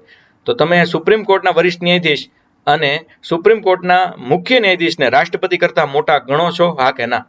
જો એવું માનતા હો તો તમે મેં આગળ જવાબ આપ્યો એવો જવાબ આપવાના હો તો પછી આ તમારે માનવું પડે. તો પછી જો એવું ન માનતા હોય તો હવે છેલ્લી એક રોચક વાત કરી અને આ સ્લાઇડ આપણે આગળ ધકેલી. છેલ્લી રોચક વાત એ છે કે આપણા સુપ્રીમ કોર્ટના મુખ્ય ન્યાયાધીશને કોણ શપથ લેવડાવે? એને શપથ લેવાની હોય ખરી? રાષ્ટ્રપતિના મહાભિયોગ માટેની પ્રક્રિયા. ચાલો, રાષ્ટ્રપતિને શપથ કોણ લેવડાવે, પગાર કેટલો, એ બધી ચર્ચા તો થઈ ગઈ, પણ રાષ્ટ્રપતિને હટાવી શકાય ખરા? તો હા, એના માટે એક પ્રક્રિયા છે, એને કહેવાય મહાભિયોગ, અથવા અંગ્રેજીમાં કહીએ તો એને કહેવાય ઇમ્પીચમેન્ટ. આમ તો સામાન્ય રીતે 5 વર્ષ સુધી રાષ્ટ્રપતિ પોતાનો હોદ્દો ધારણ કરે. રાજીનામું આપે એ સિવાય એને કોઈ પણ રીતે દૂર કરી શકાય. એ રાજીનામું આપે અથવા એમનું સ્વર્ગારોહણ થાય એટલે કે મૃત્યુ થાય. એ સિવાય બંધારણનો જો ભંગ કરે તો એ આરોપસર 61 અનુસાર એની એ કાર્યવાહીને અનુસરીને એમને હોદ્દા પરથી દૂર કરી શકાય. ભારતના બંધારણનો અનુચ્છેદ 61 એટલે રાષ્ટ્રપતિ પર આવતો મહાભિયોગ, જેને આપણે ઇમ્પીચમેન્ટ કહીએ છીએ. આપણા દેશમાં હટાવવાની પ્રક્રિયામાં મહાભિયોગ માત્ર ને માત્ર રાષ્ટ્રપતિને લાગુ પડે છે. એટલે કેટલાય લોકો તરત કહેશે કે સાહેબ એમ તો સુપ્રીમ કોર્ટના ન્યાયાધીશને હટાવી શકાય. સુપ્રીમ કોર્ટના ન્યાયાધીશને હટાવી શકાય, પણ એ પ્રક્રિયાનું નામ ઇમ્પીચમેન્ટ કે મહાભિયોગ નથી. મહાભિયોગ તો માત્ર રાષ્ટ્રપતિ સામે જ આવે. અને બેમાં ડિફરન્સ એ છે, તમે જાણો છો, આપણે એકવાર હોમવર્કમાં આપી દીધું છે કે ઓલામાં કમિટીને એવું બેસે, જ્યારે આમાં એવું કંઈ બેસતું નથી. સંસદના કોઈ પણ એક ગૃહમાં તેમની સામે ઠરાવના સ્વરૂપે તોહમત રજૂ કરવામાં આવશે. એક ઠરાવ હોય ને એમાં બધું જ લખી નાખ્યું હોય કે આ કારણોસર અમે રાષ્ટ્રપતિને દૂર કરવા માંગીએ છીએ. આવો ઠરાવ રજૂ કરવા માટે ઈરાદાની જાણ કરતી ઓછામાં ઓછી 14 દિવસની લેખિત નોટિસ રાષ્ટ્રપતિને અગાઉથી આપી દેવી પડે. 14 દિવસ અગાઉ રાષ્ટ્રપતિને નોટિસ મળી ગયેલી હોવી જોઈએ. સંસદના કોઈ પણ ગૃહમાં ભલે રજૂ કરો, રાજ્યસભામાં કરો કે લોકસભામાં રજૂ કરો, પણ કુલ સંખ્યા હોય એના ચોથા ભાગ કરતાં ઓછા ન હોય તેટલા સભ્યો દ્વારા આ ઠરાવને ટેકો મળેલો હોવો જોઈએ. એટલે 5 મિનિટ માટે માની લો કે આપણા લોકસભામાં 400 સભ્ય છે, તો 400 સભ્યોનો ચોથો ભાગ એટલે 100 કરતાં ઓછા ન હોય એટલા સભ્યોનો ટેકો જોઈ. એટલે 100 કે 100 કરતાં વધુનો ટેકો જોઈ. 400ની સંખ્યા હોય તો 545 ને એ રીતે ગણવાની. 545નો ચોથો ભાગ કેટલો? તો એ આપણે ગણવાનું. સંસદના એટલે 545ના 4 ભાગ, 545 ભાગ્યા 4 કરો એટલે જવાબ મળે. સંસદના કોઈ પણ ગૃહમાં રજૂ કરવામાં આવેલો આવો ઠરાવ ગૃહના સભ્યોની સંખ્યાના 2/3 કરતા ઓછી ન હોય એટલી બહુમતીથી પાછો પસાર થવો જોઈએ. હવે જેથી આ પ્રસ્તાવ થતો હતો તેથી આપણે માની લઈએ કે 99 જણા છે એ બેઠા હતા, તો 66 જણાની બહુમતી જોઈએ, 2/3 જણાની, તો આ ઠરાવ પસાર થયો કહેવાય. આવી તપાસના પરિણામે તોહમતની તપાસ, તોહમત એટલે ગુનો, એની તપાસ કરનાર ગૃહ દ્વારા કુલ સભ્ય સંખ્યાના 2/3 કરતા ઓછી ન હોય એટલી બહુમતી મળી જાય તો ઠરાવ પસાર થયો કહેવાય અને રાષ્ટ્રપતિ વિરુદ્ધનું તોહમતનામું પસાર થયું. તો આવો ઠરાવ આ તારીખ પસાર થાય તો એ જ દિવસે રાષ્ટ્રપતિ એના હોદ્દા પરથી દૂર થયેલા ગણાશે. મહાભિયોગ 61 ઇમ્પીચમેન્ટ. મહાભિયોગની પ્રક્રિયા સંસદના કયા ગૃહમાં શરૂ થાય? તો બંનેમાંથી કોઈ પણ એકમાં થઈ જાય. જે ગૃહમાં મહાભિયોગની પ્રક્રિયા શરૂ કરી હોય એના 1/4 સભ્યોનો પહેલા તો હસ્તાક્ષરવાળું આવેદનપત્રક જોઈ એ અધ્યક્ષને આપીએ, અધ્યક્ષ છે એ નોટિસ મોકલી દે, 14 દિવસ પછી કાર્યવાહી શરૂ કરવામાં આવે. 14 દિવસ પછી 2/3 બહુમતીથી ઠરાવ પસાર થાય તો પછી બીજા ગૃહમાં જાય. બીજા ગૃહમાં આ પ્રોસેસ લાગુ પડે. હવે રાષ્ટ્રપતિ ગૃહમાં હાજર રહી શકે ત્યારે રહી શકે, એની રજૂઆત એ કરી શકે, અને છતાં પણ તમારે મહાભિયોગની પ્રક્રિયા ચાલુ રાખવી હોય તો બીજા ગૃહમાં 2/3થી પસાર કરો. પ્રસ્તાવ જો પસાર થઈ જાય તો રાષ્ટ્રપતિએ પદ છોડવું જ પડે. આજ સુધી આપણા કોઈ પણ રાષ્ટ્રપતિ સામે પદ છોડવાની વાત તો દૂર રહી, પણ મહાભિયોગ આવ્યો હોય એવો એક પણ કિસ્સો બન્યો નથી. અમેરિકામાં છેલ્લે બિલ ક્લિન્ટન સામે મહાભિયોગ આવેલો, હમણાં તો કંઈક ટ્રમ્પ સામે પણ આવવાની વાત હતી. પ્રણવ મુખર્જી પદ ખાલી થાય તો આપણું પ્રણવ મુખર્જી વાળું પદ તો ખાલી થઈ જ ગયું. પ્રણવ મુખર્જી કાયમ માટે હૃદયમાં રહેશે. કોંગ્રેસના વરિષ્ઠ નેતા અને ખૂબ ખૂબ આગળ પડતું નામ, સારા એવા અર્થશાસ્ત્રી, સારા એવા કાયદાશાસ્ત્રી, ખૂબ નિષ્ણાત માણસ પ્રણવ મુખર્જી, પ્રણવ દા લોકો પ્રેમથી કહેતા. તો એમને શત વંદન કરું છું, એમને સંપૂર્ણપણે શ્રદ્ધાંજલિ આપું છું. એમના રિસ્પેક્ટને, એમના જજબાને સલ્યુટ કરી અને ભગવાન એના આત્માને શાંતિ આપે એવી વાત કરી અને ત્યારબાદ મારા લેક્ચરને હું આગળ વધારું. પણ રાષ્ટ્રપતિનું પદ ખાલી થાય તો રાષ્ટ્રપતિના પદની ખાલી પડેલી જગ્યા ભરવા માટે ચૂંટણીનો કાર્યક્રમ એ યોજે. રાષ્ટ્રપતિનું પદ ખાલી પડે કાંઈ વાંધો નહીં, ચૂંટણી કરવાની. પણ એકાએક ખાલી પડે તો એકાએક ખાલી પડે એટલે કઈ રીતે? કાં તો રાજીનામું આપી દે, કાં તો સ્વર્ગારોહણ એટલે ગુજરી જાય. તો ટૂંકમાં જગ્યા ભરવા માટે ચૂંટાયેલી વ્યક્તિની મુદત, રાષ્ટ્રપતિના કાર્યકાળની મુદત પૂરી થતા પહેલા જ ચૂંટણી કરી લેવામાં આવે છે. આ દેશને રાષ્ટ્રપતિ તો જોશે, એટલે રાષ્ટ્રપતિની મુદત પૂરી થાય એ પહેલા જ તે આપણે રાષ્ટ્રપતિની ચૂંટણી છે કરી નાખીએ છીએ. પણ એકાએક મુદત પૂરી થાય તો 6 માસની અંદર ચૂંટણી કરાવી જ લેવાય છે. તથા તેમની મુદત પાછી જે નવા રાષ્ટ્રપતિ આવે એમની મુદત છે પદ ગ્રહણથી પૂરા 5 વર્ષ જ ગણાય.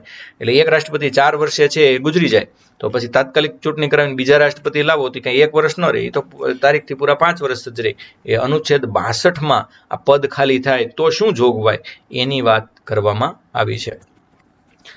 પ્રતિભા Singh Patil, first woman president of India, ભારતના પ્રથમ મહિલા એ રાષ્ટ્રપતિ. આ દેશને એક મહિલા વડાપ્રધાન ને એક મહિલા રાષ્ટ્રપતિ મળી ચૂક્યા છે. આપણા દેશના પ્રથમ મહિલા વડાપ્રધાન ને એકમાત્ર મહિલા વડાપ્રધાન ઇન્દિરા ગાંધી, અને આપણા દેશના પ્રથમ મહિલા રાષ્ટ્રપતિ ને એકમાત્ર મહિલા રાષ્ટ્રપતિ છે એ પ્રતિભાબેન પાટીલ. અને ગુજરાતના મહિલા મુખ્યમંત્રી, અને હું ભૂલતો નહોતો, એકમાત્ર મુખ્યમંત્રી એ આનંદીબેન પટેલ જે હતા. અચ્છા, હવે જોઈએ આ કેટલીક વસ્તુ યાદ રાખો. રાજ્યો અને અમુક કેન્દ્ર શાસિત પ્રદેશની વિધાનસભાના સભ્યો રાષ્ટ્રપતિની ચૂંટણી પ્રક્રિયામાં ભાગ લઈ શકે. તમે જોયું જ કે રાજ્યો અને અમુક કેન્દ્ર શાસિત પ્રદેશની વિધાનસભાના સભ્યો, એટલે બધા રાજ્યો, દિલ્હી અને પોડુચેરીના વિધાનસભાના સભ્યો રાષ્ટ્રપતિની ચૂંટણીમાં ભાગ લઈ શકે, પરંતુ મહાભિયોગની પ્રક્રિયામાં આ કોઈ ભાગ લેતા નથી. આ સાલું આશ્ચર્યકારક ન કહેવાય? એટલે કે બધા મત દેવા આવ્યા હતા પણ મહાભિયોગમાં ભાગ લેવા કોઈ ન આવ્યા. તો એ તો મહાભિયોગ એમનો મામલો જ નથી. ઓલો તો સમગ્ર દેશના રાષ્ટ્રપતિને ચૂંટવા છે, લગ્નમાં તો આવીને બધા ચાંદલો કરાવી જાય. છૂટાછેડામાં બધા થોડા મત દેવા આવે. છૂટાછેડામાં તમારે 2 જણાને સામસામું બેહવાનું હોય. તો એમ રાષ્ટ્રપતિ છે એને કોની હારે લેવા દેવા? તો સંસદ હારે લેવા દેવા. એટલે તો કોણ બેહે? તો કે એમાં આખી સંસદ બેહે. ચૂંટાયેલા નિમાયેલા બધા મહાભિયોગમાં ભાગ લે. મહાભિયોગમાં માત્ર આખી સંસદ ભાગ લે. ત્યાં કાંઈ પછી રાજ્યોની વિધાનસભાના સભ્યો ન આવે. એ તો બધા લગ્નમાં આવેલા વ્યક્તિઓ હતા.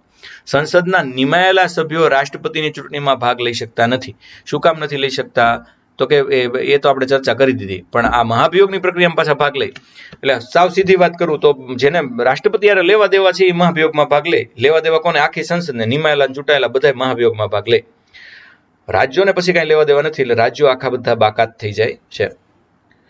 હવે રાષ્ટ્રપતિનો હોદ્દો ખાલી કઈ રીતે પડે? તો 4 સંજોગ હોય. એક તો મહાભિયોગથી તમે 61 મુજબ હટાવી દો. 5 વર્ષનો કાર્યકાળ પૂરો થાય અને રાષ્ટ્રપતિ છે એ ઉપરાષ્ટ્રપતિને રાજીનામું આપે. અથવા રાષ્ટ્રપતિની ચૂંટણીને સર્વોચ્ચ ન્યાયાલય અયોગ્ય જાહેર કરે અને ચૂંટણી જ રદ થાય.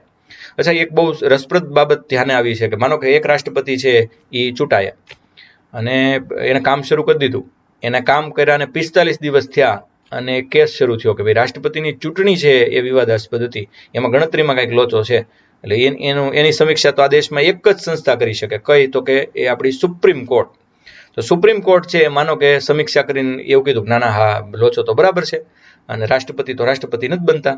તો હવે એ રાષ્ટ્રપતિ વૈયા ગયા, હાલો નવા રાષ્ટ્રપતિ આવ્યા, તો જૂના રાષ્ટ્રપતિએ કરેલા કાર્યો ખારિજ થાય કે ન થાય, રદ થાય કે ન થાય, એવો મારો પ્રશ્ન. અને કાં તો રાષ્ટ્રપતિ મૃત્યુ પામે તો હોદ્દો ખાલી પડે. 4 રીતે હોદ્દો ખાલી પડે: એક મહાભિયોગની પ્રક્રિયા, 5 વર્ષનો કાર્યકાળ પછી રાજીનામું, મૃત્યુ પામે, અથવા ચૂંટણી જેમની અયોગ્ય જાહેર થાય તો એ સંજોગોમાં રાષ્ટ્રપતિનું પદ ખાલી પડે. કાર્યકાળ કેટલો? 5 વર્ષ સામાન્ય રીતે. રાજીનામું આપે અથવા મહાભિયોગ આવે એ સિવાય 61 મુજબ જો મહાભિયોગ આવે તો હોદ્દા પરથી દૂર કરી શકાય. રાજીનામું આપે સ્વેચ્છાએ તો એ હોદ્દા પરથી દૂર ગણાય. આવી 61ની કાર્યવાહીને મહાભિયોગ છે કહેવાય. મહાભિયોગ માત્ર રાષ્ટ્રપતિને હટાવવા માટે જ આ દેશના બંધારણમાં છે. શું કરવાનું? તો કે તોહમતનામું રજૂ કરવાનું. આવો ઠરાવ રજૂ કરવા માટે ઈરાદાની જાણ કરતા 14 દિવસ અગાઉ છે એ એમને નોટિસ છે એ આપવાની. આ બધું તો છે જ. અને ઠરાવ પસાર છે એ કઈ રીતે કરવાનો એ બધું જ તમે જોઈ ગયા છો, એટલે એ આપણે ચર્ચા નથી કરતા. પણ મારે એક પ્રશ્ન છે કે જ્યારે રાષ્ટ્રપતિને હટાવવાની પ્રક્રિયા ચાલતી હોય ત્યારે કેવી દલીલો થતી હશે? આમ જબરજસ્ત દલીલો થતી હશે ને.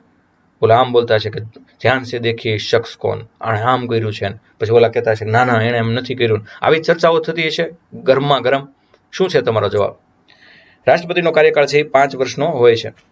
હવે જોઈએ અન્ય આકસ્મિકતાઓમાં રાષ્ટ્રપતિના કાર્યોની બજવણી. આપણે ખાસ જોઈએ તો બંધારણમાં જે આકસ્મિકતાઓની જોગવાઈ કરવામાં આવેલ ન હોય તેવા પ્રસંગોએ રાષ્ટ્રપતિ તરીકેના કાર્યોની બજવણી કરવાના સંબંધમાં સંસદને અનુચ્છેદ 70 થી સત્તા આપવામાં આવેલ છે. આ બરાબર સમજે. Discharge of president's functions is other contingencies. બંધારણમાં જે આકસ્મિકતાઓની જોગવાઈ કરવામાં આવેલ નથી, આકસ્મિકતાની જોગવાઈ કરી છે તો સમજાય કે આ દેશના રાષ્ટ્રપતિ બહાર જાય તો જે આપણે રાજ્યસભાના ચેરમેન હોય એ ઉપરાષ્ટ્રપતિ હોવાના નાતે રાષ્ટ્રપતિ બની જાય. પણ અમુક પ્રસંગનો જ્યાં ઉલ્લેખ નથી ત્યાં અનુચ્છેદ 70 ગણવાનો. અનુચ્છેદ 70 એટલે હું? તો દાખલા તરીકે કોઈ વખત એવું બનવાનું કે રાજીનામું કે અવસાનના કારણે રાષ્ટ્રપતિ અને ઉપરાષ્ટ્રપતિ બેયના હોદ્દા ખાલી હોય, અથવા ઉપરાષ્ટ્રપતિ પદ ખાલી હોય અને રાષ્ટ્રપતિનું અપહરણ થાય તો રાષ્ટ્રપતિ તરીકેની ફરજ કોણ બજાવી શકે? આવું એકવાર આપણા દેશમાં બન્યું 1969માં. રાષ્ટ્રપતિ ડોક્ટર ઝાકિર હુસેન પહેલા એવા રાષ્ટ્રપતિ હતા કે જેઓ જ્યારે ફરજ પાલન એટલે કે હોદ્દામાં હતા અને મૃત્યુ પામ્યા. મુદ્દત દરમિયાન જ અવસાન થયું. અને શ્રી વીવી ગીરી, વરાહગીરી વેંકટગીરી ઉપરાષ્ટ્રપતિ હતા. એ રાષ્ટ્રપતિ તરીકેની ફરજ બજાવવા પડ્યા, પણ પછી ચૂંટણી લડવા માટે એમણે ઉપરાષ્ટ્રપતિ કે રાષ્ટ્રપતિ પદ જે કહેવાય એમાંથી રાજીનામું આપી દીધું, એટલે 2 હોદ્દા ખાલી પડ્યા.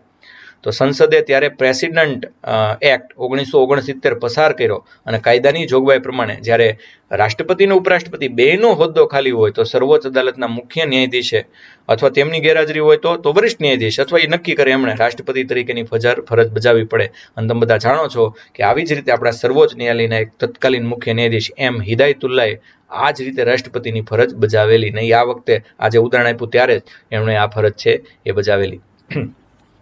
હવે રાષ્ટ્રપતિ અથવા ઉપરાષ્ટ્રપતિને ચૂંટણીને લગતી અથવા તેમને સંબંધિત તમામ બાબતો matters relating to or connected with the election of a president or vice president. એટલે રાષ્ટ્રપતિ અને ઉપરાષ્ટ્રપતિની ચૂંટણીમાં કાંઈ શંકા કે કાંઈ તકરાર કે કાંઈ દલીલ થાય તો એની તમામનું નિરાકરણ છે એ સુપ્રીમ કોર્ટ જ લાવશે. અને સુપ્રીમ કોર્ટ પછી જે કાંઈ કહેશે એ નિર્ણય આખરી ગણાશે.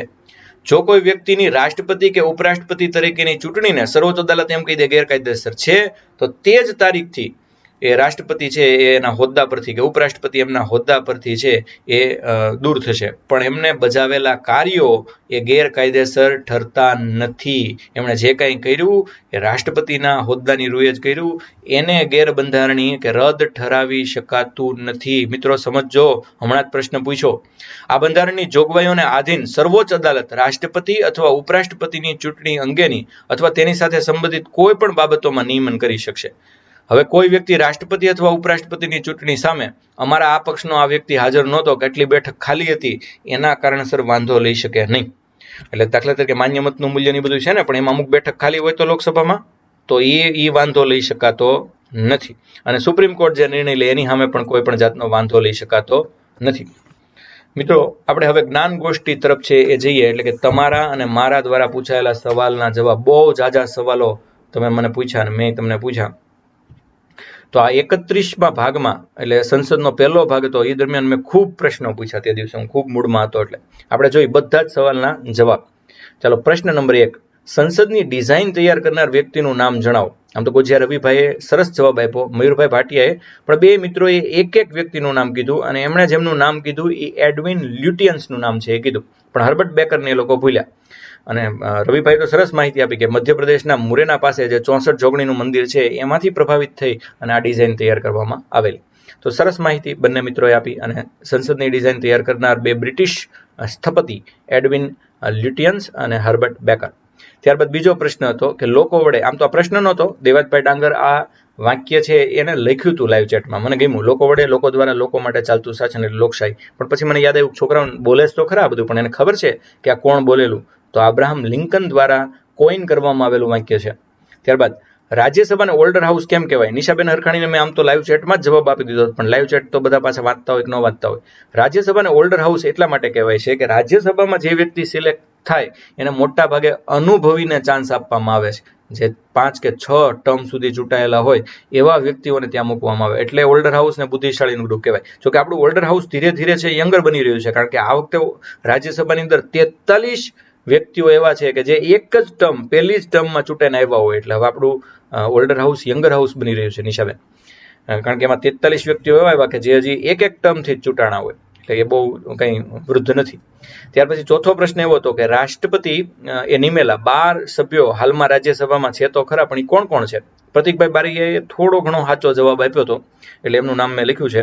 આ 12 જણા છે: રઘુનાથ મહાપાત્રા, સોનલ માનસિંહ, અગાઉ નામ આપી ચૂક્યો છું ને એમ કીધું છે કે આ શું કરે છે, એટલે બહુ ઝાઝા ડિટેલમાં નથી. રઘુનાથ મહાપાત્રા, સોનલ માનસિંહ, રામ શકલ, રાકેશ સિન્હા, રૂપા ગાંગુલી, સ્વપ્નદાસ ગુપ્તા, સુરેશ ગોપી, સુબ્રમણ્યમ સ્વામી, રંજન ગોગોઈ, નરેન્દ્ર જાદવ, મેરી કોમ અને સંભાજી રાજે. અમુક નામ તો સાવ ઓળખીતા. સોનલ માનસિંહ છે કલા સાથે, રઘુનાથ મહાપાત્રા કલા સાથે, રામ શકલ છે એ સામાજિક કાર્યકર છે, રૂપા ગાંગુલી એક્ટ્રેસ છે, જૂની મહાભારતમાં દ્રૌપદીનો રોલ કરેલો, સ્વપ્નદાસ ગુપ્તા એ રિપોર્ટર છે, સુરેશ ગોપી એ ડાન્સર છે, સુબ્રમણ્યમ સ્વામી એ સામાજિક કાર્યકર છે, રંજન ગોગોઈ એ પૂર્વ ન્યાયાધીશ છે, અને મેરી કોમ એ રમતવીર છે. તો આ બધા નામ છે એ તમે જોજો કોણ શું કરે છે એની વિશે ડિટેલમાં માહિતી લેજો. પાંચમો પ્રશ્ન, અત્યારે કેટલામી રાજ્યસભા ચાલી રહી છે? તો એવું ન કહી શકાય, એ પહેલી જ રાજ્યસભા જે ચાલી રહી છે. નિશાબેન હરખાણીએ છે સાચો જવાબ આપ્યો, કારણ કે રાજ્યસભા કેટલામી એમ ન કહેવાય, રાજ્યસભામાં સભ્યોનો લોટ કેટલામો ચાલી રહ્યો છે એવું તમે પૂછી શકો.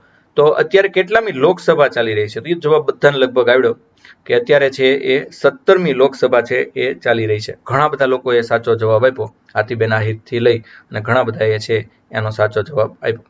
ત્યારબાદ લોકસભામાં 2 એંગ્લો ઇન્ડિયન નિમાયા છે? જો હા તો નામ જણાવો. કોણ અત્યારે 2 એંગ્લો ઇન્ડિયન છે?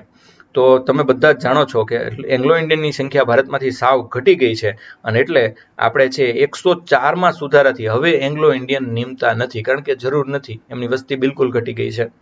ત્યારબાદ પ્રશ્ન 8, રમતગમતમાંથી કોઈ વ્યક્તિને નિમી શકાય? રસિકભાઈ આવો પ્રશ્ન પૂછ્યો, તો રમતગમતમાંથી નિમી ક્યાં શકાય? નિમા સચિન તેંડુલકરને. ઘણા લોકો એવું કહે છે કે દારાસિંહને સૌથી પહેલા રમતવીર તરીકે નિમ્યા હતા. દારાસિંહને કલાકાર તરીકે નિમ્યા હતા, રમતવીર તરીકે એટલે કુસ્તીબાજ તરીકે નહીં, આવો મારો ખ્યાલ છે. છતાં પણ કંઈ ભૂલચૂક હોય તો લેવી દેવી. પ્રશ્ન નંબર 9, લોકસભા અને રાજ્યસભામાં એક જગ્યાએ અનામત છે ને એક જગ્યાએ નથી, તો કઈ જગ્યાએ છે ને કઈ જગ્યાએ નથી? લોકસભાની અંદર અનામત છે, રાજ્યસભામાં નથી. કારણ કે રાજ્યસભામાં અનામત રાખવા જઈએ તો રાજ્યસભામાં જે પ્રકારના ઉમેદવાર આપણે જોઈએ છીએ એ પ્રકારના ઉમેદવાર આપણને મળે નહીં, જે પ્રકારનો કોન્સેપ્ટ રાજ્યસભાનો છે એટલા માટે. પણ લોકસભામાં છે, પણ લોકસભામાં ઓબીસી અને મહિલા અનામત નથી, એસસી એસટી અનામત છે. આપણી લોકસભાની અંદર રહેલા ગુજરાતી સભ્યોના નામ છે એ જણાવો, એવું મેં તમને છે એ પૂછેલું કે ભાઈ આપણી લોકસભા છે તો એમાં છે એ કયા કયા ગુજરાતી વ્યક્તિઓ છે. આપણી લોકસભાની અંદર કેટલા છે, રાજ્યસભાની અંદર કેટલા છે? લોકસભામાં કચ્છમાંથી છે એ વિનોદભાઈ ચાવડા, બનાસકાંઠામાંથી પરબતભાઈ પટેલ, મેહાણામાંથી શારદાબેન પટેલ, સાબરકાંઠામાંથી દિવ્યસિંહજી રાઠોડ, ગાંધીનગરમાંથી અમિતભાઈ શાહ, અમદાવાદમાંથી હસમુખભાઈ પટેલ, અમદાવાદ પૂર્વ, અમદાવાદ પશ્ચિમમાંથી કિરીટસિંહ સોલંકી, સુરેન્દ્રનગરમાંથી મહેન્દ્રભાઈ મુંજપરા, રાજકોટમાંથી મોહનભાઈ કુંડારિયા, પોરબંદરમાંથી શ્રી રમેશભાઈ ધડુક, જામનગરમાંથી શ્રી પૂનમબેન માડમ, જૂનાગઢમાંથી શ્રી રાજેશ ચુડાસમા, અમરેલીમાંથી શ્રી નારણભાઈ કાછડિયા, ભાવનગરમાંથી શ્રી ભારતીબેન શિયાળ, આણંદમાંથી શ્રી મિનેશભાઈ પટેલ, ખેડામાંથી શ્રી દેવુસિંહ ચૌહાણ, પંચમહાલમાંથી શ્રી રતનસિંહ રાઠોડ, દાહોદમાંથી શ્રી જસવંતસિંહ ભાભોર, વડોદરાથી શ્રી રંજનબેન ભટ્ટ, છોટાઉદેપુરથી શ્રી ગીતાબેન રાઠવા, ભરૂચમાંથી શ્રી મનસુખભાઈ વસાવા, બારડોલીમાંથી શ્રી પ્રભુભાઈ વસાવા, સુરતમાંથી શ્રી દર્શનાબેન જરદોશ, નવસારીમાંથી શ્રી CR પાટીલ અને વલસાડમાંથી શ્રી KC પાટીલ. આ આપણી લોકસભાના હાલના સભ્યો છે. રાજ્યસભામાં પણ ત્યાર પછી પૂછ્યું છે જો કે ભાઈ લોકસભામાં તો કેટલા છે એના નામ જણાવો. પછી રાજ્યસભામાં રહેલા ગુજરાતી સભ્યોના નામ. તો આ રાજ્યસભામાં અભય ભારદ્વાજ, રમીલાબેન બારા. એટલે લોકસભામાં યાદ રહી, આ લોકસભાના હું નામ બોલ્યો બધા જ ભાજપના છે. રાજ્યસભામાં હવે જોઈએ, રાજ્યસભાની અંદર કેટલા ગુજરાતી છે. અભય ભારદ્વાજ, રમીલાબેન બારા, નરહરી અમીન, પરસોત્તમ રૂપાલા, મનસુખભાઈ માંડવિયા, સુબ્રમણ્યમ જયસિંહ. ત્યારબાદ છે એ જુગલજી મયુરજી ઠાકોર, આટલા છે ભાજપના છે. શક્તિસિંહ ગોહિલ, અમીબેન યાજ્ઞિક, નારણભાઈ રાઠવા અને અહમદ પટેલ. આટલા છે એ કોંગ્રેસના વ્યક્તિઓ આપણી અત્યારની છે એ રાજ્યસભામાં છે, જે તમને ખ્યાલ હોવો જોઈએ. ત્યારબાદ લોકસભા અને રાજ્યસભાનું નામ 1954 પહેલા શું હતું? પ્રતિકભાઈ બારી અને આરતીબેન ઘાસકટાએ સાચો જવાબ આપેલો કે લોકસભાનું નામ જનતા સદન અને રાજ્યસભાનું નામ રાજ્ય પરિષદ છે એ હતું.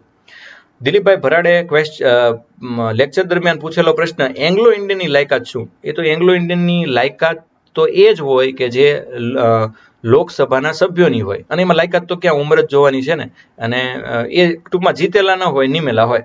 અચ્છા, વટહુકમ ને વીટોમાં શું ફરક? પ્રતિકભાઈ બારીયા અને આરતીબેન આહિરે આદર્શ જવાબ આપવાની કોશિશ કરી. વટહુકમ એટલે સંસદની એકેય ગૃહ છે એનું સત્ર શરૂ ન હોય અને આ દેશને કંઈ બહાર પાડવાની જરૂર પડે, અથવા કટોકટી હોય અને આ દેશને કોઈ એક ચોક્કસ કાયદો બહાર પાડવાની જરૂર પડે, ત્યારે રાષ્ટ્રપતિ જે કાંઈ બહાર પાડે, જે વટહુકમ બહાર પાડે, એને વટહુકમ કહેવાય. એ ક્યારે બને? તો કે એ તો ત્યારે બને કે જ્યારે આ દેશની સંસદના એકેય ગૃહનું એકેય સત્ર શરૂ ન હોય. જ્યારે વીટો શું છે? વીટો તો સત્ર શરૂ હોય ત્યારે લાવવામાં આવે.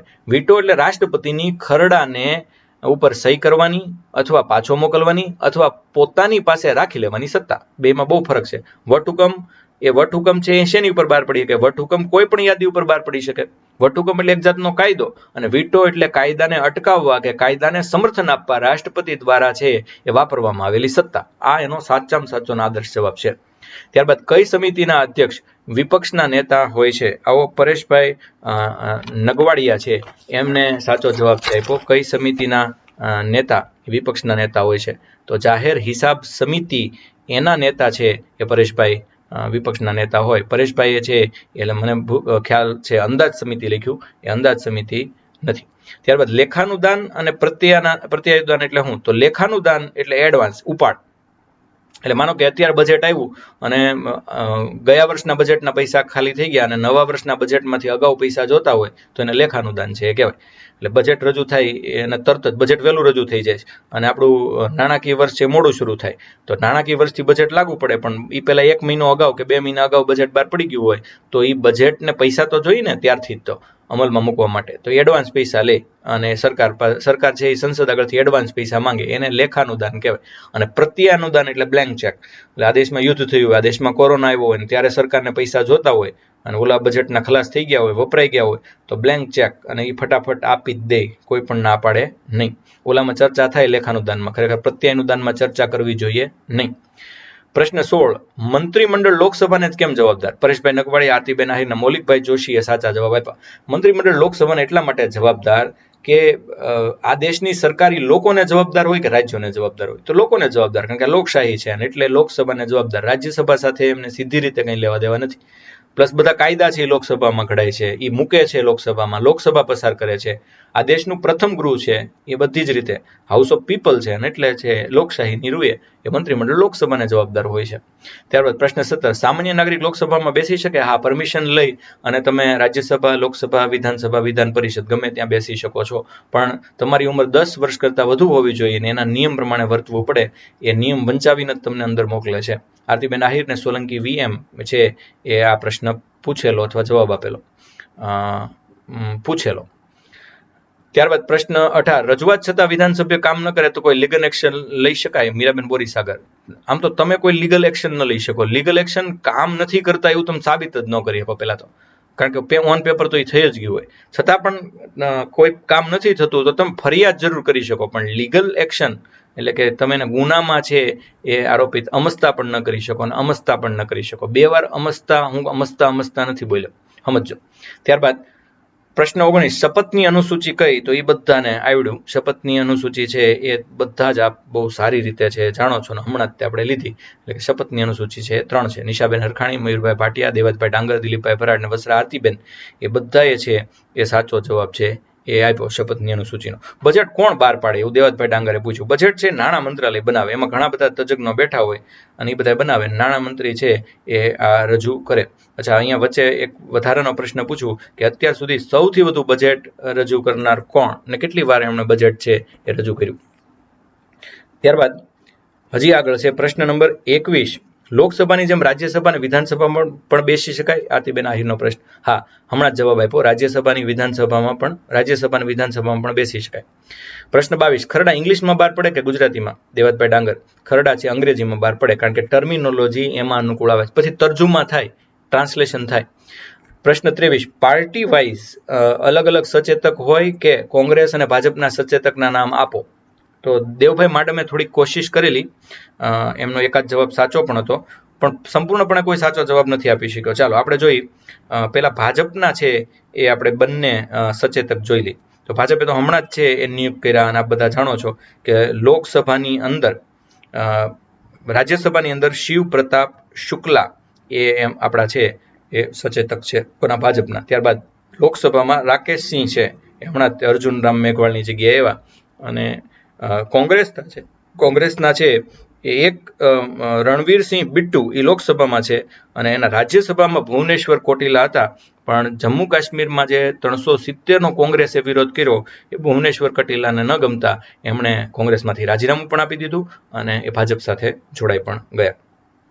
એ ઉપરાંત મણિકમ ટાગોર પણ લોકસભામાં છે એ સચેતકની ફરજ બજાવે. એટલે એનો મતલબ એમ પણ થયો કે એક જ ગૃહની અંદર એક કરતાં વધુ સચેતક પણ પાર્ટીના હોઈ શકે. આ પાર્ટી ઉપર નિર્ભર કરે છે અને એમાં સીધી રીતે સંસદને કંઈ લેવા દેવા ન હોવાથી એ કંઈ એમને ના કે હા પાડતી નથી. સ્થગનકાળ ઓછામાં ઓછો બધું કેટલો સમય હોઈ શકે? તો એવી કોઈ મર્યાદા છે એ સ્થગનકાળની નક્કી કરવામાં આવેલી નથી, પણ છતાં 1 મિનિટથી લઈને 1 મહિના સુધીના નોંધાયેલા છે.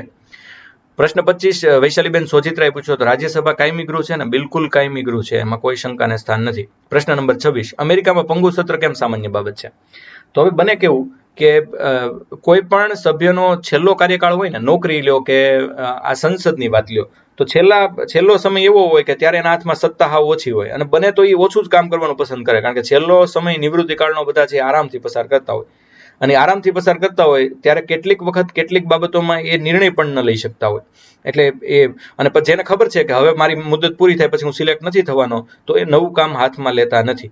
આવા સંજોગોમાં જો ચૂંટણી વહેલી થઈ જાય તો પંગુ સૂત્ર અસ્તિત્વમાં ન રહે. આપણે એવું થઈ જાય છે એટલે આપણે પંગુ સૂત્રનો પ્રશ્ન નથી રહેતો, પણ અમેરિકામાં છેલ્લે જે નિવૃત્તિ સમયે થોડાક લીલા લહેર કરે અને કાંઈ કામ કરે નહીં એને પંગુ સત્ર કહેવાય. આવું છે. આપણે એક વસ્તુ બને કે માનો કે સરકારનો સમય છે ઓછો રહ્યો હોય, 6 મહિના સરકારના બાકી છે માની લઈએ, અને સરકારને બજેટ બહાર પાડવાનું આવ્યું, તો બજેટ છે એ કંઈ 2 વર્ષનું કે 1 આખા વર્ષનું બહાર પાડે તો એ તો સરકાર પછી રહેવાની નથી.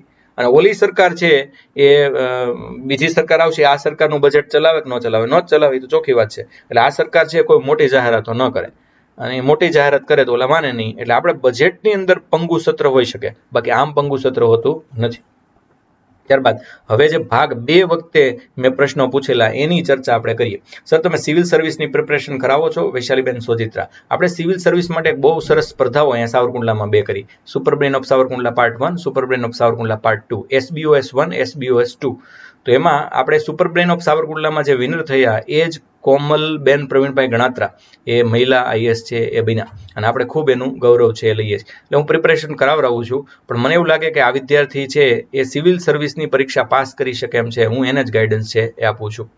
ત્યારબાદ પ્રશ્ન 2, રાષ્ટ્રપતિ અને ન્યાયાધીશની ગાડી એક જગ્યાએ અટવાય તો ન્યાયાધીશને પહેલા કેમ જવા દેવામાં આવે? મૌલિકભાઈ જોશી એનો સાચો જવાબ આપ્યો. ન્યાયાધીશને એટલા માટે જવા દેવામાં આવે કે વધુ કામની અંદર ગળાડૂબ છે. એને આપણા રાષ્ટ્રપતિને સહાય કરવા માટે ઘણા જણા છે, ન્યાયાધીશને સહાય કરવા માટે જે 30 જણા છે એ ઓછા પડે છે. પ્રશ્ન 3, પાકિસ્તાનમાં કેટલી વાર માર્શલ લો લાગુ પડેલ છે? તો પરેશભાઈ નગવાડિયા દ્વારા આ પ્રશ્ન પૂછાયો હતો, કે મેં પૂછ્યો હતો, પરેશભાઈ નગવાડિયાએ જવાબ આપ્યો હતો. પણ પાકિસ્તાનમાં છે અત્યાર સુધીમાં છે એ 4 વાર માર્શલ લો લાગુ પડ્યો છે. અને દરેક વખતે માર્શલ લો લાગુ પડતી વખતે જનરલ એવું જ કીધું કે આ થોડાક દિવસની વ્યવસ્થા છે, અને પછી 8 વર્ષ ને 13 વર્ષને એમ કાઢી નાખ્યા. તમે ઓનલાઈન પ્રિપરેશન કરાવો છો? વૈશાલીબેન સોજિત્રા. અચ્છા, હું ઓનલાઈન અત્યારે મારું 2 વસ્તુ શરૂ છે બંધારણ સિવાય, ગુજરાતી ગ્રામર ને ઇંગ્લિશ ગ્રામર. એ આત્મનિર્માણ એપમાં ચાલે છે. અને આત્મનિર્માણ એપમાં જો કોઈને જોડાવવું હોય તો મારો 9998320045 પર આપ સંપર્ક કરજો. અહીંયા હું એટલા માટે એની બહુ જાહેરાત નથી કરતો કે ક્યાંક કોકને એવું લાગે રખેને કે સાહેબ આમ ફ્રીમાં ક્લાસ લે છે, પણ પછી આમ એની જે જાહેરાતો કરે છે, એટલે આપણે કાંઈ આપણી જાહેરાત કરવાની જરૂર નથી. ત્યારબાદ પ્રશ્ન 5, સઘન ઓછામાં ઓછું કેટલું ને વધુમાં વધુ કેટલું ચાલે? મૌલિકભાઈ જોશી અને વિવેકભાઈ બારિયા, નિશાબેન હરખાણી, આ ત્રણેય છે સાચો જવાબ આપેલો, અને ઉપર આપણે ચર્ચા કરી ગયા. આ પ્રશ્ન રિપીટ છે. પ્રશ્ન નંબર 6, અવિશ્વાસનો પ્રસ્તાવ કુલ કેટલી વખત આવ્યો? તેમાંથી ઇન્દિરા ગાંધી સામે કેટલી વખત આવ્યો? ગૌરવભાઈ પટેલ ને હેમીબેન દુઆ બંનેએ સાચો જવાબ આપ્યો છે. કુલ 27 વાર નહીં, 28મી વાર હમણાં આવી ગયો. એટલે કેટલાક લોકો મૌલિકભાઈ જોશીએ 27 કે 26 વાર કહ્યો છે, 26 વાર, હા, પણ 28 વાર છે આવી ગયો. અને 28 વારમાંથી ઇન્દિરા ગાંધી એકલા સામે, એટલે 15 વાર, અડધા કરતા વધુ. ત્યારબાદ સ્પીકર ને મહાસચિવ બિલકુલ અલગ હોય છે. તો મહાસચિવ કોણ? તો સ્નેહલતા શ્રીવાસ્તવ. મેં તમને ફોટો પણ દેખાડ્યો હતો. કિશનભાઈ હિર નંદાણીયા અને મૌલિકભાઈ જોશી, આ બંને મિત્રોએ સાચો જવાબ આપ્યો. શપથ પહેલા લેવી પડે કે પહેલા વિશ્વાસનો પ્રસ્તાવ લેવો પડે? કેટલો ગાળો હોય? આ ગાળામાં તો લોકો ખરીદે જાય, એવું ન બને. કોણ દખલગીરી કરે? મૌલિકભાઈ જોશી. અને મૌલિકભાઈ જોશીએ બહુ સરસ એનો વિગતવાર જવાબ આપ્યો. શપથ પહેલા લઈ લેવી પડે, પછી 14 દિવસ પછી વિશ્વાસનો પ્રસ્તાવ આવે. કેટલો ગાળો હોય? 14 દિવસનો. આ ગાળામાં લોકો ખરીદે જાય, એવું ન બને. બને ભાઈ, એ તો બને. કોણ દખલગીરી કરે? જો સુપ્રીમ કોર્ટને એવું લાગે કે આવું નથી કરવા જેવું, તો સુપ્રીમ કોર્ટ આદેશ આપી શકે કે ભાઈ વહેલા વિશ્વાસનો પ્રસ્તાવ લઈ લો. આવું કર્યું છે, આવું કેટલાક રાજ્યમાં કર્યું છે, અને એમાં ભાજપની ગણતરી ઊંધી વળી ગઈ છે, એ તમને બધાને ખબર છે. પણ તો પછી ગાળો શું કામ રાખો છો? તાત્કાલિક વિશ્વાસનો પ્રસ્તાવ લઈ લો. નહીં, એને ટેકો નથી, એ ટૂંકમાં બહુમતીવાળા નથી, અને બહુમતીવાળા નથી તો એ થોડુંક કામ કરે, પછી લોકોને ખબર પડે ને કેવું કામ કરે છે, તો એને કોઈક ટેકો કે મત આપશે. એટલે 14 દિવસનો ગાળો દૂર કરી શકાય નહીં. હા, 14 દિવસમાં કોઈક ખરીદાઈ જાય તો એનો ઉપાય છે ને, સુપ્રીમ કોર્ટ દખલ કરશે, જે હમણાં કરી જ તે, અને એના કારણે બધાની ગણતરી ઊંધી વળી. બંધારણ સિવાયના કયા સબ્જેક્ટ્સ ઓનલાઈન કરાવો છો? ઇંગ્લિશ ગ્રામર અને ગુજરાતી ગ્રામર આત્મનિર્માણ ઉપર છે. વૈશાલીબેન. સાંકેતિક કાપ કેટલા રૂપિયાનો હોય? તો ગૌરવભાઈ પટેલે સાચો જવાબ આપ્યો કે સાંકેતિક કાપ છે એ 100 રૂપિયાનો છે એ હોય છે.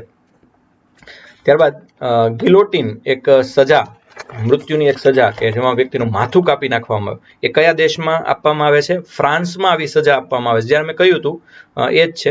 પછી 12મો પ્રશ્ન, વિધાનસભા કે સંસદમાં એવું કોણે કહ્યું કે મારે વધારાનો પગાર નથી જોઈતો?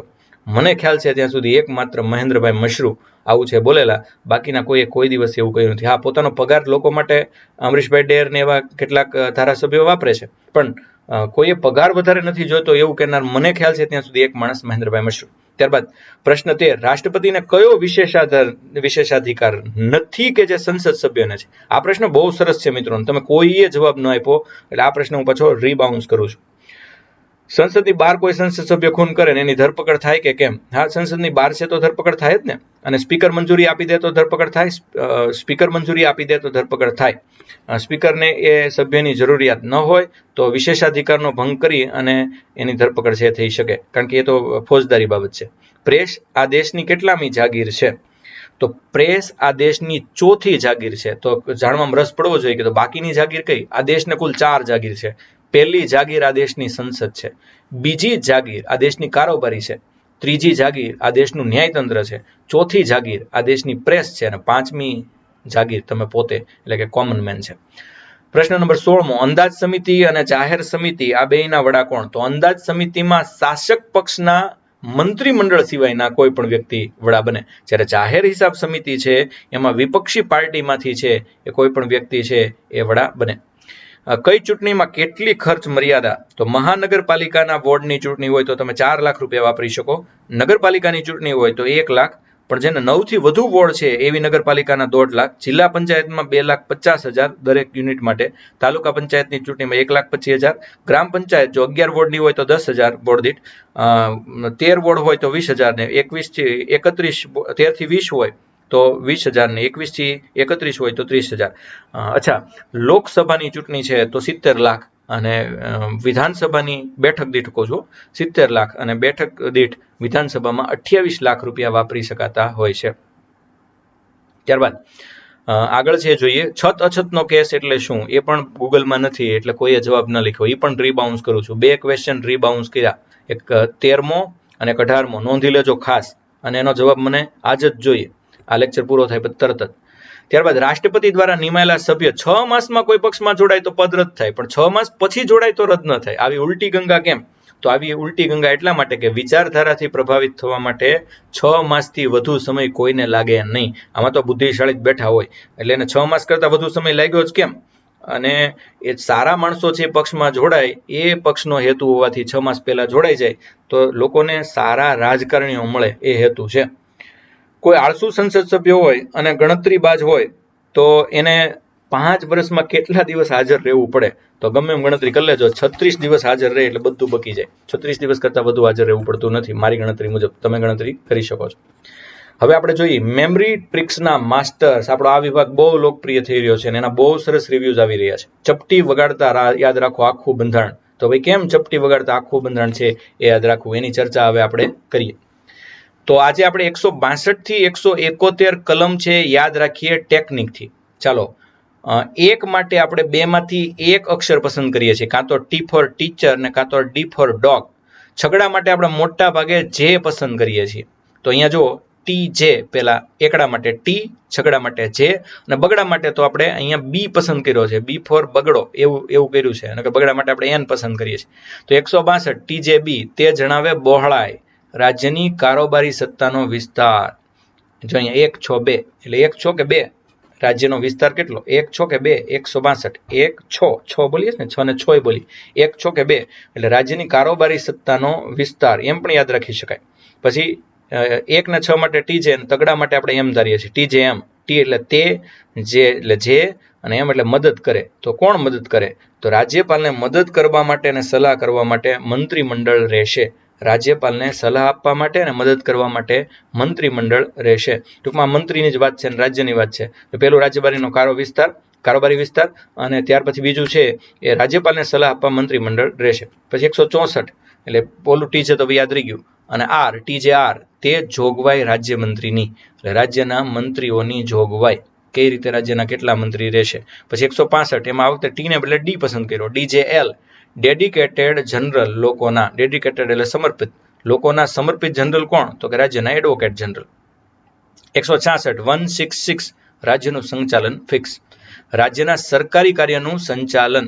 ત્યારબાદ 167 ટી જે કે, તે જે કહે હાજર કરો, એટલે રાજ્યપાલ જે માહિતી માંગે એ મુખ્યમંત્રીએ ફરજિયાત આપવી પડે. 168 ટી જે વી, તે જણાવે વિધાનમંડળની રચના. વિધાનમંડળની રચના કેમ થશે? તો એ 168માં છે. 169 ટી જે પી, તો તે જાહેર કરે પરિષદની નાબૂદી, એટલે વિધાન પરિષદની નાબૂદી અથવા વિધાન પરિષદની રચના. 170 ડીકેએસ, દેશ કહે સંસદ, રાજ્ય કહે વિધાનસભા, વિધાનસભાની રચના. દેશ જેમ સંસદ કે એમ રાજ્ય છે શું કે વિધાનસભા, તો 170 વિધાનસભાની રચના. અને ટી કે ડી, તો એ ક્યાંક ક્યાંક દેખાય, તે ક્યાંક ક્યાંક દેખાય, તો તે એટલે શું છે? ક્યાંક ક્યાંક દેખાય, વિધાન પરિષદ, બધે નથી, ક્યાંક ક્યાંક છે. તો એક માટે ટી, બીજા એક માટે ડી, અને વચલા 7 માટે કે ધાર્યો છે. આ બધું તમને હવે ખબર છે. અગાઉના લેક્ચર જોવા હોય તો મને 9998320045 પર પહેલા ફોન કરજો કે સાહેબ મારે આટલા લેક્ચર જોવા છે, એટલે હું પછી લિંક મૂકીશ. સીધા કહેશો તો હજારો મેસેજ. મારે ખાલી વોટ્સઅપની અંદર 750 ગ્રુપ છે અને 5000 લોકો છે એ ઘણીવાર તો ઓનલાઈન હોય, તો કેમ હું જવાબ આપી શકું? પણ છતાં હું પ્રયત્ન કરું છું, છતાં 90% જવાબ આપી દઉં છું. કેવી રીતે કરું છું બસ એ ખબર નહીં, હવે ભગવાન કોઈ શક્તિ કરાવરાવે. 162 ટી જે બી, તો એ રાજ્યની કારોબારી સત્તાનો વિસ્તાર. 163 ટી જે એમ, તો રાજ્યપાલને મદદ કરવા માટે મંત્રીમંડળ રહેશે. ટી જે આર, તો જોગવાઈ રાજ્યમંત્રીની. ડીજેએલ, ડેડિકેટેડ જનરલ, એડવોકેટેડ જનરલ. 166 રાજ્યનું સંચાલન ફિક્સ, રાજ્યનું સરકારી કાર્યોનું સંચાલન. ટીજે કે, તે જે કહે હાજર કરો, એટલે રાજ્યપાલ માહિતી માંગે એ મુખ્યમંત્રી દેવાની. ટીજે વી, તે જણાવે વિધાનમંડળની રચના. ટીજે પી, તો તે જે પરિષદની નાબૂદી અથવા રચના. ડીકેએસ, તો દેશ કહે સંસદ, અને એમ રાજ્ય શું કહે તો રાજ્ય કહે વિધાનમંડળ, વિધાનસભા. ટી કે ડી તે ક્યાંક ક્યાંક જ દેખાય. એ કોણ છે તો કે વિધાન પરિષદ છે. તો આ રીતે પ્રેક્ટિસ કરો એટલે 5 મિનિટમાં યાદ રહી જશે. ત્યારબાદ કાલ કરે સો આજ કર, એમાં આપણે 34માં અને 35માં લેક્ચરનું બેયનું પુનરાવર્તન આજે સાથે લઈ લઈએ છીએ. તો આપણા રાજ્યની રચના અનુસાર મહત્તમ સભ્ય સંખ્યા રાજ્યસભામાં કેટલી? આ બધા પ્રશ્નો રાજ્યસભાના જ છે. તો પહેલો જ જવાબ, રાજ્યની રચના અનુસાર મહત્તમ સભ્ય સંખ્યા કેટલી રાજ્યસભાની? ફટાફટ લખો. ચાલો હું છે ને, તમે એક કામ કરો, આ બધા પ્રશ્નો વાંચવા જ મળો, અને જેને જવાબ આવડે 1 કરીને જવાબ, 2 કરીને જવાબ એમ ટાઈપ કરવા મળો, કારણ કે આપણે ઝડપથી લેવું પડે એમ છે. આજ આપણે ઘણો લાંબો સમય એ લેક્ચરને આપ્યો, કદાચ મોટિવેશન તો લેવાશે કે કેમ. તો પહેલો પ્રશ્ન, રાજ્યની રચના અનુસાર રાજ્યસભાની મહત્તમ સભ્ય સંખ્યા કેટલી? તો આપ બધા જાણો છો કે 250 એ આપણી રાજ્યસભાની મહત્તમ સંખ્યા છે. રાજ્યસભાની રચના કે દિવસે કરવામાં આવી? જો પહેલી બેઠક નથી પૂછતો, રાજ્યસભાની રચના ક્યારે કરવામાં આવી એવો પ્રશ્ન છે. અને હજી આ પ્રશ્ન પણ તમારી સમક્ષ મૂકું છું કે આપણે આ છેલ્લે બધા પ્રશ્નો લઈ યોગ્ય છે કે શરૂઆતમાં 2 અને છેલ્લે 2, જેથી કરીને કંટાળો ન આવે.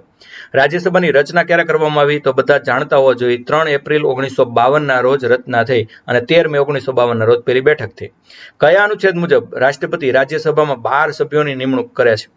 કલા, સંસ્કૃતિ અને રમતગમતના જે 12 સભ્યોની નિમણૂક રાષ્ટ્રપતિ કરે એનો અનુચ્છેદ જાણવાની ઈચ્છા છે મિત્રો. ગુજરાતીમાં લખો તો ગુજરાતીમાં, અંગ્રેજીમાં લખો તો અંગ્રેજીમાં. 12 સભ્યોની નિમણૂક રાષ્ટ્રપતિ કયા અનુચ્છેદ અનુસાર કરે? તો રાષ્ટ્રપતિ છે એ 12 સભ્યોની નિમણૂક છે એ 80 ક અંતર્ગત, અથવા ઇંગ્લિશમાં લખ્યું હોય તો 80 એ અંતર્ગત છે એ કરે. ત્યારબાદ અત્યારે રાજ્યસભાની સભ્ય સંખ્યા 245 છે, એનું વિભાજન સમજાવો. એનું વિભાજન મતલબ રાજ્યમાંથી કેટલા, કેન્દ્ર શાસિતમાંથી કેટલા અને અન્ય કેટલા, એવું આખું વિભાજન ચાલો સમજાવવું જોઈએ. એટલા વત્તા એટલા વત્તા એટલા એમ સમજાવી દો. સમજાય છે? 245 નું વિભાજન એટલે 200 + 30 + 15, તો 200 હેના, 30 હેના, 15 હેના એમ સમજાવો. શું આવશે? જી 229 + 4 + 12, 229 રાજ્યોના, 4 છે એ કેન્દ્ર શાસિત પ્રદેશોના અને 12 છે એ નિમેલા. રાજ્યસભાની સીટમાં શેને આધાર બનાવીને આ સીટ નક્કી કરવામાં આવી છે? આધાર કયો? સત્તાધાર. રાજ્યસભાની સીટમાં શેનો આધાર છે? વસ્તી વિશેષ છે આધાર છે. વસ્તી વિશેષ છે આધાર છે. પ્રશ્ન 6, કેટલી વસ્તી એ એક સભ્યની જોગવાઈ છે? એટલે એક સભ્ય કેટલી વસ્તીનો પ્રતિનિધિ કહેવાય?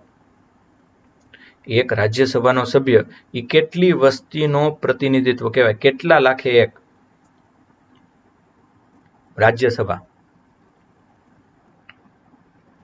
ઝડપથી તમારા જવાબ ટાઈપ કરવા મળજો. 20 લાખે એક એવું આપણે નક્કી કર્યું છે.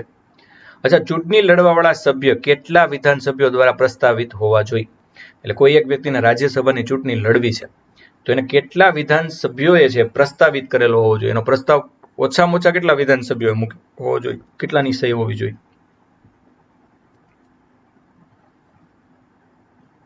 રાષ્ટ્રપતિ માટે 50 નો નિયમ છે, આમાં કેટલો? તો આમાં છે 10 નો નિયમ. 10 વિધાનસભ્યો દ્વારા એ ભાઈ પ્રસ્તાવિત હોવા જોઈએ કે બેન પ્રસ્તાવિત હોવા જોઈએ. પ્રશ્ન 8, ગુજરાતનો વ્યક્તિ ગુજરાતમાંથી ચૂંટણી લડી શકે એવો રાજ્યસભાનો નિયમ કઈ સાલથી સમાપ્ત થઈ ગયો? એટલે અત્યારે ઉત્તર પ્રદેશનો એક વ્યક્તિ ગુજરાતમાં હોય તો ચૂંટણી લડી શકે? હા, લડી શકે. હું કામ એ સમજાવી દીધું મેં તમને રાજ્યસભામાં. પણ આ કઈ સાલથી નિયમ સમાપ્ત થઈ ગયો? નહીતર પહેલા એવું જ હતું કે ગુજરાતનો વ્યક્તિ જ ગુજરાતમાંથી રાજ્યસભાની ચૂંટણી લડી શકે, પણ આ નિયમ વયો ગયો.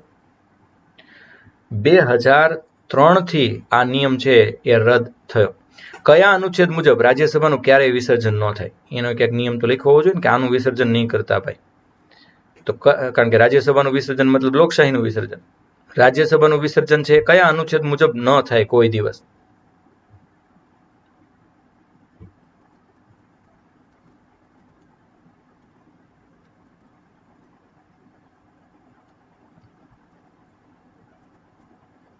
ચાલો, એ છે કયા અનુચ્છેદ મુજબ રાજ્યસભાનું ક્યારેય વિસર્જન થતું નથી? તો 83મો અનુચ્છેદ એવું દર્શાવે છે કે કોઈ દિવસ છે એ એનું વિસર્જન થશે નહીં. અચ્છા, રાજ્યસભામાં કયા રાજ્યની સીટ સૌથી વધુ છે? એ તો તમને આવડતું હશે. અને કેટલી એ કહી દો. ચાલો, કયા રાજ્યની? એમાં બધાને આવડતું હોય. ઉત્તર પ્રદેશ. કેટલી સીધી કહી દો. ઉત્તર પ્રદેશની કેટલી સીટો રાજ્યસભામાં છે? 31 સીટો છે. રાજ્યસભાનું કોરમ શું? કેટલા જણા હોય તો કામકાજ ચાલુ રહે? ઓછામાં ઓછા કેટલા જોઈએ કામકાજ ચાલુ રાખવા માટે? એ પણ 3 વાર લેક્ચરમાં આવી ગયું છે. 25. રાજ્યસભાના પ્રથમ ઉપસભાપતિ કોણ હતા? પ્રથમ સભાપતિ તો આવડે બધાને, એટલે કે આપણા ઉપરાષ્ટ્રપતિ સર્વપલ્લી રાધાકૃષ્ણન. પણ પહેલા ઉપસભાપતિ કોણ? એ થોડું નામ અટપટું. મેં હમણાં થોડા દિવસ પહેલા એક લેક્ચરમાં એમનો ફોટો પણ મૂક્યો હતો, પણ એમને તમે ઓળખતા હોય એવું ન લાગ્યું. રાજ્યસભાના પ્રથમ ડેપ્યુટી ચેરમેન, વાઇસ ચેરમેન, રાજ્યસભાના વાઇસ ચેરમેન પહેલા હતા SV કૃષ્ણમૂર્તિ રાવ. ત્યારબાદ પ્રશ્ન 13. રાજ્યસભાના સભાપતિ અને ઉપસભાપતિના કાર્યકાળમાં વિસંગતતા કેમ? તો હોય જ ને. શું કામ કયો? રાજ્યસભાના સભાપતિ કોણ હોય? તો કે ઉપરાષ્ટ્રપતિ. અને ઉપસભાપતિ કોણ હોય? તો કે રાજ્યસભાના સભ્ય. હવે કાર્યકાળમાં વિસંગતતા શું કામ? તો હોય જ ને, કારણ કે ઉપસભાપતિ રાજ્યસભાના સભ્ય છે, એટલે એ તો 6 વર્ષ જ નિવૃત્ત થવાના.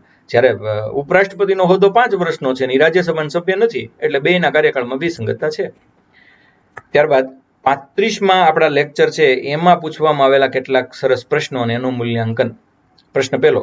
કયા અનુચ્છેદ મુજબ રાષ્ટ્રપતિ લોકસભામાં 2 એંગ્લો ઇન્ડિયનને નિમી શકે છે? જોકે હવે નિમતા નથી, એ એવું કરી શકતા પહેલા, હવે એ એવું કરતા નથી. 331મો અનુચ્છેદ એ હવે રદ થયો છે, એટલે મતલબ કંઈ જરૂર નથી, કારણ કે હવે એંગ્લો ઇન્ડિયન છે જ નહીં, તો શું કરવા.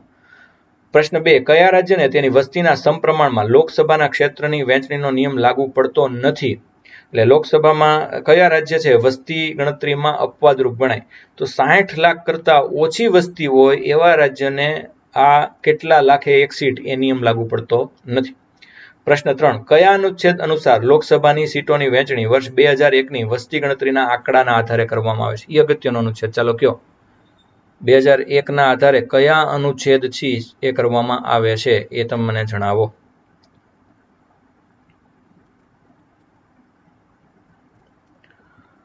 .2 કઈ લોકસભાનો કાર્યકાળ સૌથી લાંબો હતો?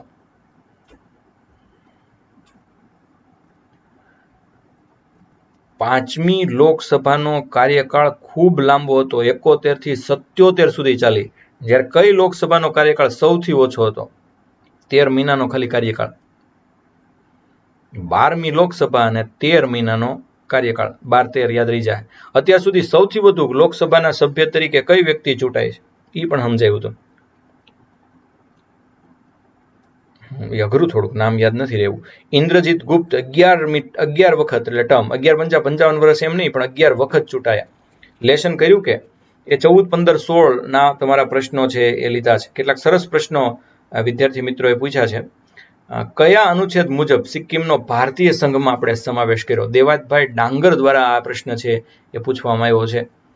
કયા અનુચ્છેદ મુજબ સિક્કિમનો ભારતીય સંઘમાં છે એ આપણે સમાવેશ કર્યો? 1975નો સુધારો અને અનુચ્છેદ છે એ 36મો. કેટલાક કેન્દ્ર શાસિત પ્રદેશ માટે વડી અદાલતે એ કયો અનુચ્છેદ છે? એટલે કેટલાક કેન્દ્ર શાસિતને વડી અદાલત છે, કેટલાકને નથી. એટલે મતલબ હોય તો ખરા, પણ એની બીજા કોઈ પેલામાં વિસ્તારમાં આવેલી હોય. કેટલાક કેન્દ્ર શાસિત પ્રદેશ માટે વડી અદાલત એ અનુચ્છેદ છે 241. બંધારણની પ્રથમ વખત ધારાકીય બેઠક ક્યારે મળી અને એના અધ્યક્ષ કોણ હતા? કિશનભાઈ આહિર દ્વારા સરસ પ્રશ્ન પૂછવામાં આવ્યો છે કે આપણા બંધારણની સભા તો હતી, પણ એમાં ધારાકીય બેઠક પહેલી વાર ક્યારે મળી? આ મેં તમને સમજાવ્યું છે અને એમાંથી જ તમે પૂછ્યું છે. 17 નવેમ્બર 1947ના દિવસે એ બેઠક મળી અને ત્યારે એમાં છે એ અધ્યક્ષ છે એ રાજેન્દ્ર પ્રસાદ નહોતા, પણ એમાં ગણેશ વાસુદેવ માવળંકર હતા, કે જે પછીથી આપણા પહેલા સ્પીકર પણ બન્યા, અને એટલે જ તેને ત્યારથી એ કામ સોંપવામાં આવેલું. સુપ્રીમ કોર્ટમાં બધી કાર્યવાહી અંગ્રેજી ભાષામાં હોવી જોઈએ તેવું બંધારણની કઈ કલમ સૂચવે છે? હવે પછીના બધા જ પ્રશ્નો લગભગ છે એ અનિલભાઈ કલસરિયાએ પૂછેલા છે. સુપ્રીમ કોર્ટ છે એમાં બધી કાર્યવાહી અંગ્રેજીમાં હોવી જોઈએ એવું કઈ કલમ સૂચવે છે? તો 348મી કલમ આપણને આવું સૂચવે છે. ત્યારબાદ પ્રધાનમંત્રી રાષ્ટ્રીય રાહત ભંડોળ કઈ સંસ્થા દ્વારા ચલાવવામાં આવે છે? એ સંસ્થાનું નામ શું? પ્રધાનમંત્રી રાહત ભંડોળ PMO, પ્રધાનમંત્રી કાર્યાલય PMO દ્વારા એ ચલાવવામાં આવે છે. કેન્દ્ર સરકારના ઉચ્ચતમ સિવિલ સર્વિસ અધિકારી કોણ? સરસ પ્રશ્ન, બહુ સરસ પ્રશ્ન છે. કેન્દ્ર સરકારના ઉચ્ચતમ સિવિલ સર્વિસ અધિકારી કોણ? કેબિનેટ સચિવ ઉચ્ચતમ સિવિલ સર્વિસ અધિકારી ગણાય. ત્યારબાદ વહીવટી સુધારણા આયોગ 1967 જેણે પ્રથમ વખત લોકપાલને લોકાયુક્તની સ્થાપના માટે ભલામણ કરી. પહેલું 1967 થી ભલામણ છે. એના અધ્યક્ષ પદે કોણ હતા? બહુ વિચક્ષણ માણસ હોય એ જ અધ્યક્ષ પદે આના હોય. કે 67માં લોકપાલ ઓમડાસમેન માંગી લીધું અને હજી લોકપાલ હરખું આવ્યું નથી. તમે કહે સાહેબ આવી ગયું તો એ તમને ખબર હશે, મને નથી ખબર, નથી જ આવ્યું. હજી આવ્યું એ બુઠ્ઠું છે, તમે નથી જાણતા. મોરારજી દેસાઈ એના અધ્યક્ષ હતા. અને પ્રશ્ન 8, ભારતીય બંધારણે ખાલી જગ્યાથી એકલ નાગરિકત્વનો ખ્યાલ લીધો હતો. ક્યાંથી લીધો હતો આ ખ્યાલ? એકલ નાગરિકત્વનો ખ્યાલ આપણે ક્યાંથી લીધો? અનિલભાઈ કલસરિયા દ્વારા સરસ પ્રશ્ન પૂછાણો. તો યુનાઇટેડ કિંગડમમાંથી આપણે આ ખ્યાલ લીધો. અને બહુ લાંબો આપણો આ લેક્ચર છે એ ચાલ્યો છે, ઘણા સમયથી ભણાવું છું, પણ ગઈકાલે એક વિડીયો જોતો હતો અને ખૂબ ગમ્યો. કે બહુ સરસ વિડીયો, હિન્દીમાં હતો, હું તમને ગુજરાતીમાં ટ્રાન્સલેશન કરીને મોટિવેટ કરું. કે એક 10 વર્ષનો છોકરો ને એક 6 વર્ષનો છોકરો, એ બંને બહુ ખાસ મિત્રો, આમ સમજી લો કે કૃષ્ણ અને સુદામા. અને બંને એકબીજાને ખૂબ ચાહે, આમ મૈત્રી ભાવ ટોચ ઉપર.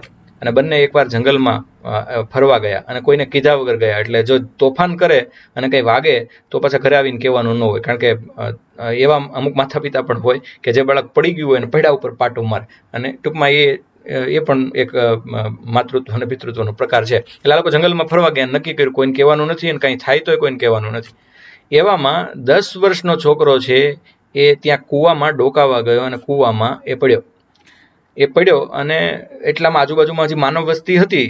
એટલે પેલા એ નાના છોકરાને ખ્યાલ કે એટલામાં કેટલાક માણસો રહે છે, એને રાડ પાડી, પણ ઓલા બધા જંગલમાં કંઈક ને કંઈક વીણવા જતા રહેલા. અને એટલે હવે એની પાસે કાંઈ ઓપ્શન નહોતો. એને આજુબાજુમાં નજર દોડાવી કે કંઈક અંદર નાખી અને પેલાને હું બહાર ખેંચી લઉં. તો ત્યાં માણસો હતા એટલે એક ડોલ પડી હતી અને એમાં દોરી હતી. પેલા ફટાફટ છે ડોલ અંદર નાખીને પેલાને કીધું કે તું ડોલમાં શક્ય હોય તો બેસી જા, કાં ડોલ કચકાવીને પકડી લે, હું તને ખેંચું છું. ઓલા એના શરીરમાં જેટલું બળ હતું એટલું બહાર કાઢીને ખેંચતો ગયો. જ્યાં સુધી એનો મિત્ર બહાર ન મળ્યો ત્યાં સુધી એને ખેંચ્યું અને મિત્ર ઉપર આવી ગયો. બંને એકબીજાને બથ ભરી ગયા, આંસુડા પડ્યા. અને ઘરે ગયા પછી છે એ બેની પરિસ્થિતિ જોઈ એટલે વાલીઓએ ધમકાવ્યા અને છોકરાએ છે એ એમને કહી દીધું કે આવું થયું હતું. ગામમાં તો ચર્ચાનો વિષય બન્યો કે 6 વર્ષનો છોકરો છે એમાં એટલું બળ થોડું હોય કે 10 વર્ષના છોકરાને કાઢી નાખે. ખોટું બોલે છે, છોકરાઓ આપણને રમાડે છે, આવું બધાએ કીધું. અને પેલા છોકરાઓને આશ્ચર્ય થયું કે કોઈ માનતું કેમ નથી. માનતું એટલા માટે કોઈ નહોતું કે 6 વર્ષનો છોકરો 10 વર્ષના છોકરાને કાઢી ન શકે. પણ એક દાદા છે એ માની ગયા કે આવું બને.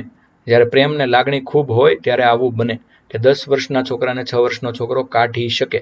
અને એના કરતાં બહુ મસ્ત વાત પછી દાદાએ કરી. અને હું અત્યારે બોલું છું તો એ મારા રૂવાડા ઊભા થઈ જાય, કેટલું મને ગમ્યું હશે. તો એ દાદાએ કીધું કે એ કામ એ છોકરો એટલા માટે કરી શક્યો. ઓહો, આમ હજી પાછું મારાથી બોલાતું નથી, હું ભાવુક થઈ જાઉં છું. આપણી આખી એજ્યુકેશન સિસ્ટમ, આપણી આખી વાલીની ઉછેર સિસ્ટમ, આ બે ઉપર આમ જબરજસ્ત મૂકો છે.